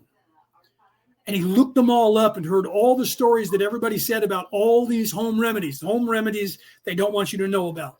I don't even know if you can get the book anymore. I don't have a copy of it. But literally, it was all of these stories of survival and the things that no one knows about anymore. Like when you get indigestion. Indigestion literally means indigestion. Means your body is not digesting. So you either have two things going on. Either you have too much acid and you have acid reflux and you're burping up acid into your mouth, or you don't have enough acid. So what happens is everyone's like, I need to take an antacid because I have heartburn. I have indigestion. What that does is you take something and it kills all the acid in your stomach completely. Then your body starts pumping acid in there. Okay. And that's how it goes away. The truth is you don't need to kill all the acid so your body turns on the acid creation in your system. You just need more acid. Unless you have too much acid and then you have acid reflux, which means you have GERD. That's what they used to call it, to where you're burping up acid. Oh my God, that was stomach acid. I just got in my throat and burned my throat. Okay. Then you have too much acid. Now you need to nullify the acid. You don't need to take it. What you need to take is calcium. You can buy an acid that's 100% calcium. Calcium dissolves acid. Okay. You can lower the acid amount in a safe way. But I give you this Prilosec, which blocks the acid receptors in your body. Well, that only works if you have too much acid. If you don't have too much acid, doing that means your food's not digesting because there's no acid in there. So you just go and get a vinegar and take a tablespoon or a teaspoon of vinegar and drink that. And that's acidic. Gets into your body and all of a sudden you can digest your food and your indigestion goes away. These are small things that you learn about yourself. Well, if you get up in the morning, look in the mirror and open your mouth and look at your tongue. First thing you do when you first wake up, walk into the bathroom and look at your tongue. If your tongue has a white film on it, you have too much acid and you have acid reflux. That's what happens. Your tongue turns white. White film. You don't have white film and you think you have indigestion, it's because you don't have enough acid. So you're either eating too much acid or not eating enough. And that's why your food is not digesting. You need to become more aware of these things and figure these out. Be the adult and figure these out. I know you guys are probably making comments and I don't have my glasses on, so I'm probably not able to answer any of that. Almonds and bananas. Now I look up, first thing I see is Cassie. Almonds and bananas also instantly help indigestion. Bang! That was perfect timing, Cassie. Thank you. Right? GERD, Rick says. Reflux is right. That's what a lot of people call it, GERD. That's acid reflux. That's too much acid. And the GERD is when it comes up, right? So literally, yeah. And then you get it esophagus, you get it in the esophagus and it burns your esophagus, right? And then it burns the esophagus sphincter, which is what Rick is saying. And that hurts. It's that trap door in the esophagus that's supposed to keep your food down. It comes up and it burns that. That sucks when that happens. I used to have acid reflux and the doctors wanted me to take drugs. And I was like, no, I need to figure out why I have too much acid. I'm consuming too much acid. So I need to change my diet and stop consuming so much acid. Guess what? Acid reflux went away. Most of it was because I was drinking alcohol and eating food and carbs. And so I was having too much acid in my body. I stopped drinking alcohol and most of my problems went away. No longer diabetic, all kinds of shit went away. No longer type 2 diabetic. Getting rid of the alcohol, no inflammation, no swelling of the joints in the body, and then not eating too many carbs and too much crap that was causing acid. And then my body would be soaking up the food I would eat, would soak up the alcohol, and the alcohol would stay in my system longer and do more damage to my body. So you got to figure out what is it that I'm doing that's causing the problem. You have to be honest with yourself and do the shadow work, right? So yeah, GERD sucks to have that, right? I have to find it, right? Penny said, yeah, you got to look up. What it is that's happening to you. You got to look up the different books that are out there, the different things. They're all online, man. You have a computer or a smartphone in your hand. You have the total knowledge of the human race in your hand, and you're not using it for anything besides big tits, nice bod, great abs. That guy's got a six-pack. Look at that winky. Okay? You're using it as a drug, which is what they want you to do. And you're not using it in any way to better yourself. Full knowledge of the entire human race is at your disposal that you carry in your hand 24 hours a day. And you're like, I'm living in the middle of nowhere and I have no idea how to figure this out. You're talking to me on a cell phone or a computer right now. You have the encyclopedia and the history of the earth. You have every single person's skill set from the entire planet on how they're living, where they're at currently in every climate on the earth and how to survive there. They're all making videos. They're on TikTok, they're on YouTube, they're on Instagram, they're on Facebook. They're all over the world, whatever apps that you're on. To survive in every climate, all you got to do is start Googling that shit and look that up, or go onto the app that you're on, that's your favorite app, and stop looking at TNA and kittens and laughing about that, and be more serious about solving your own problems. This is the truth. It's the hard truth. I was never more glad in my life when they invented computers, never more glad in my life when they invented smartphones. Because everything that is out there for the world is literally wherever I'm sitting. If I have my phone with me and I have access to the internet, I'm never bored, because I don't sit around looking at, oh, that was cool, that guy fell over, and look at all the fail things, although that's fun to do sometimes too. Love that shit. And you know that because I send them to you, right? Most of you that are friends with me, you know that because I'm sending you funny shit. That's not all I look at. That's just when I'm about ready to go to bed and I'm flipping. Fuck, I'm going to send that to my friends. Oh my God, that was hilarious. You know what I mean? That's why you get shit from me late at night. Those of you who are in Europe, it's way in the fucking 2 o'clock, 3 o'clock in the morning. Those of you who are in the United States, it's usually 1 or 2 in the morning as well, right? But that's when I'm winding down and I'm doing mindless shit. The rest of my days, I'm online and I'm looking shit up. Things that actually are going to benefit myself and the rest of the world. So if the world gets shitty out from under me, I'm going to be okay. But I'm concerned with all y'all. Okay? And it's getting shittier until we take control and get the control back from the controllers. It's going to continue to get, unless it winds down into a third world war or it's fixed, and you need to be careful. So you need to worry about these things. And some of you are already starting to have a hard time surviving, and you know who you are. You're out there and you're talking about it and you're worried, and it scares you and you don't know what to do. Be proactive and start learning. Learn how to forage so that you don't have to have as much money. Learn how to then plan ahead. There's almanacs out there, Farmer's Almanac. Write this down. The Farmer's Almanac. If you are in the North American continent, wherever you are in the world, I'm sure they have them. But I'm in North America, so I know that. The Farmer's Almanac will tell you what to plant, when, in every region of the United States, and when to harvest it, and how to take care of it. The Witch's Almanac will do the same. That's another book that you should get. Then you should look into foraging for wild edibles. And you should look at one of these survival books that, like the one I was just telling you, the Lost Ways is one. Those people should be paying me money as much as I'm giving them a commercial. And there's another one that's really big right now that I was thinking about buying just so that I had it, so that I could reference it as well. That's on Instagram and TikTok and all over the place. And I haven't bought it. Usually I buy these things. This is what I do. I'm stupid that way. I buy things just to see what they have different from what I know, because I don't think I know everything. Never do I think I know everything about anything.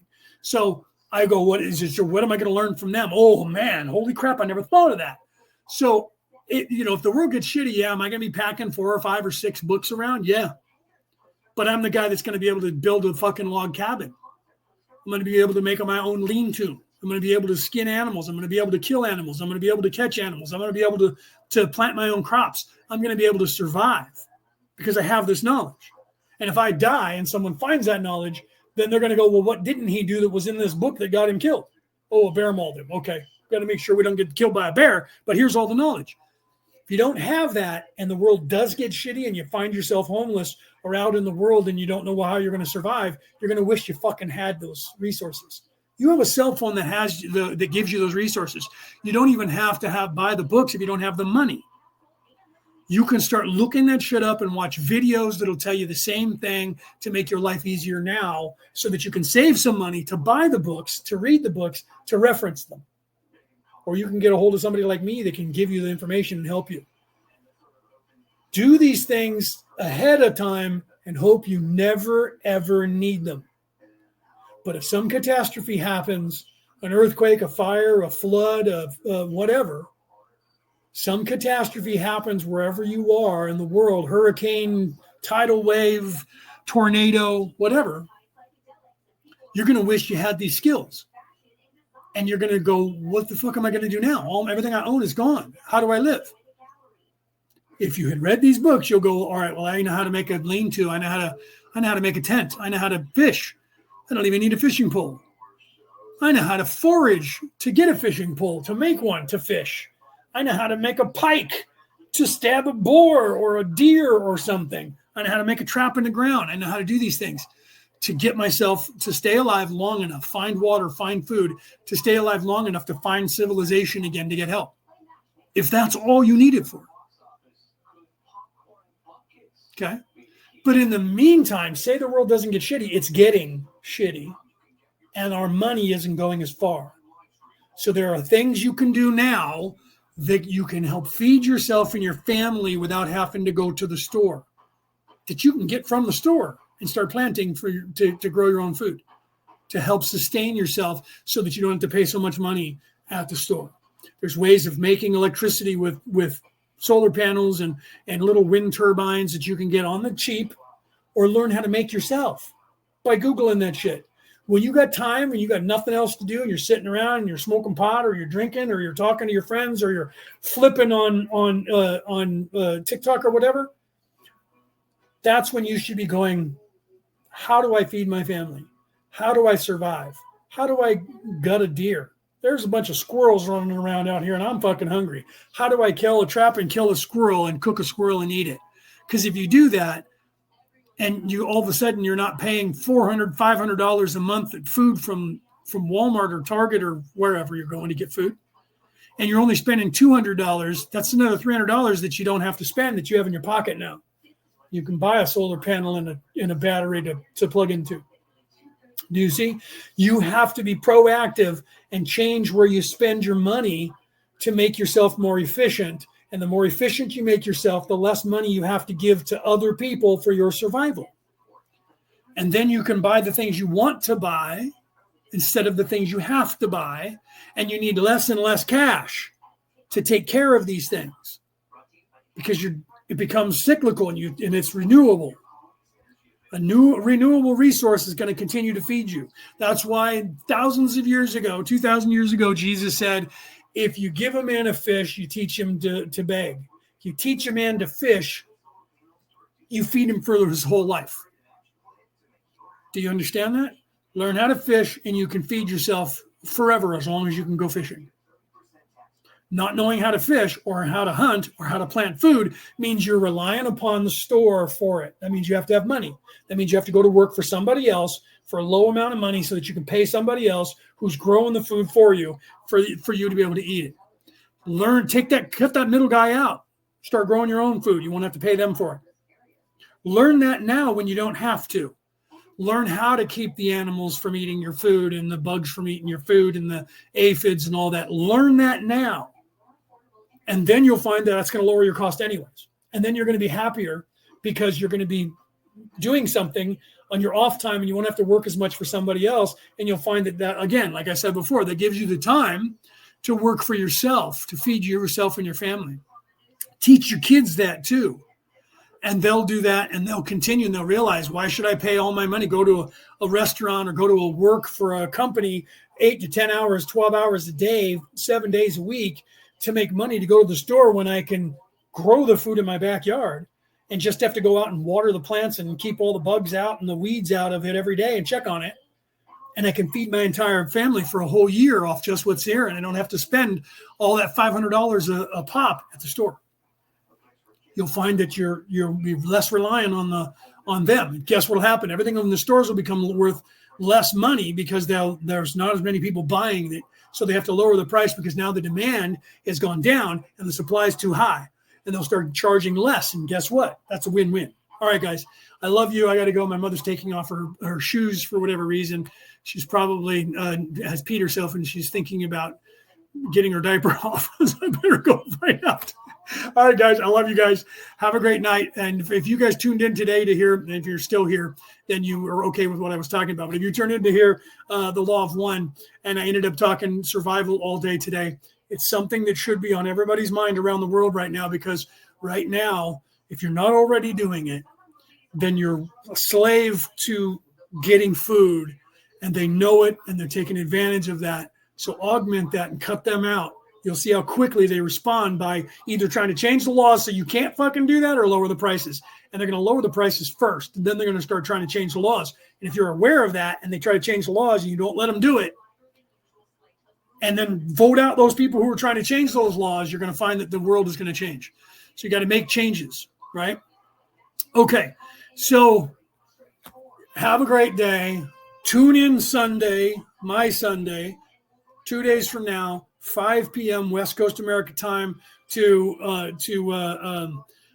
broadcast Team Alpha on YouTube. I'll put the link up on Facebook and on Orion Rising at 5 p.m. I did an interview on Monday that's going to air on Sunday, this coming 2 days from now, talking about the Law of One and Ascension. And my book is still in production. I don't know when it's going to be out. I'm going to contact my publisher in the next, probably Monday or Tuesday, and find out what the hell's going on with that. Try and get the cover and get the damn thing printed to get it out to you guys. Otherwise, I'll see you guys next week. But I will be in the chat on Sunday to answer questions and talk to you guys, anybody who shows up. Otherwise, I'll see you guys next week, and we will talk about the Law of One. I love you guys. Have a great night. Have a great weekend. Hopefully I see you on Sunday in the chat. If not, I'll see you next week on Friday. And then on Saturday, we're doing a workshop on the 15th.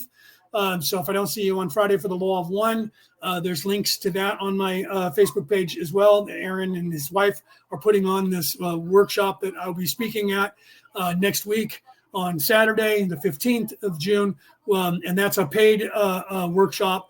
I think it's either $10 or $12 or something like that. Don't quote me on the price. Depends on where in the world you are. But that's going to be all day, 5 or 6 hour. And that's going to be embracing your true higher self. And we're going to walk you through that in various stages from different people, explaining ascension and how to get in contact with your higher self, becoming the higher self, and embracing that. So it's going to be a cool workshop for the day on Saturday. So tune in on Saturday. Links are up on my page for that as well. If not, Aaron Fowler or his wife, you can go and look at theirs. And the links are there for that if you guys want to get involved in that. And if you don't think you need any of that, that's okay too. So I'll either see you on Sunday, I'll see you on Friday, or I'll see you on Saturday, or I'll see you all those days, right? All right, I love you guys. Have a great day. Have a great weekend. Like I said, see you on Sunday.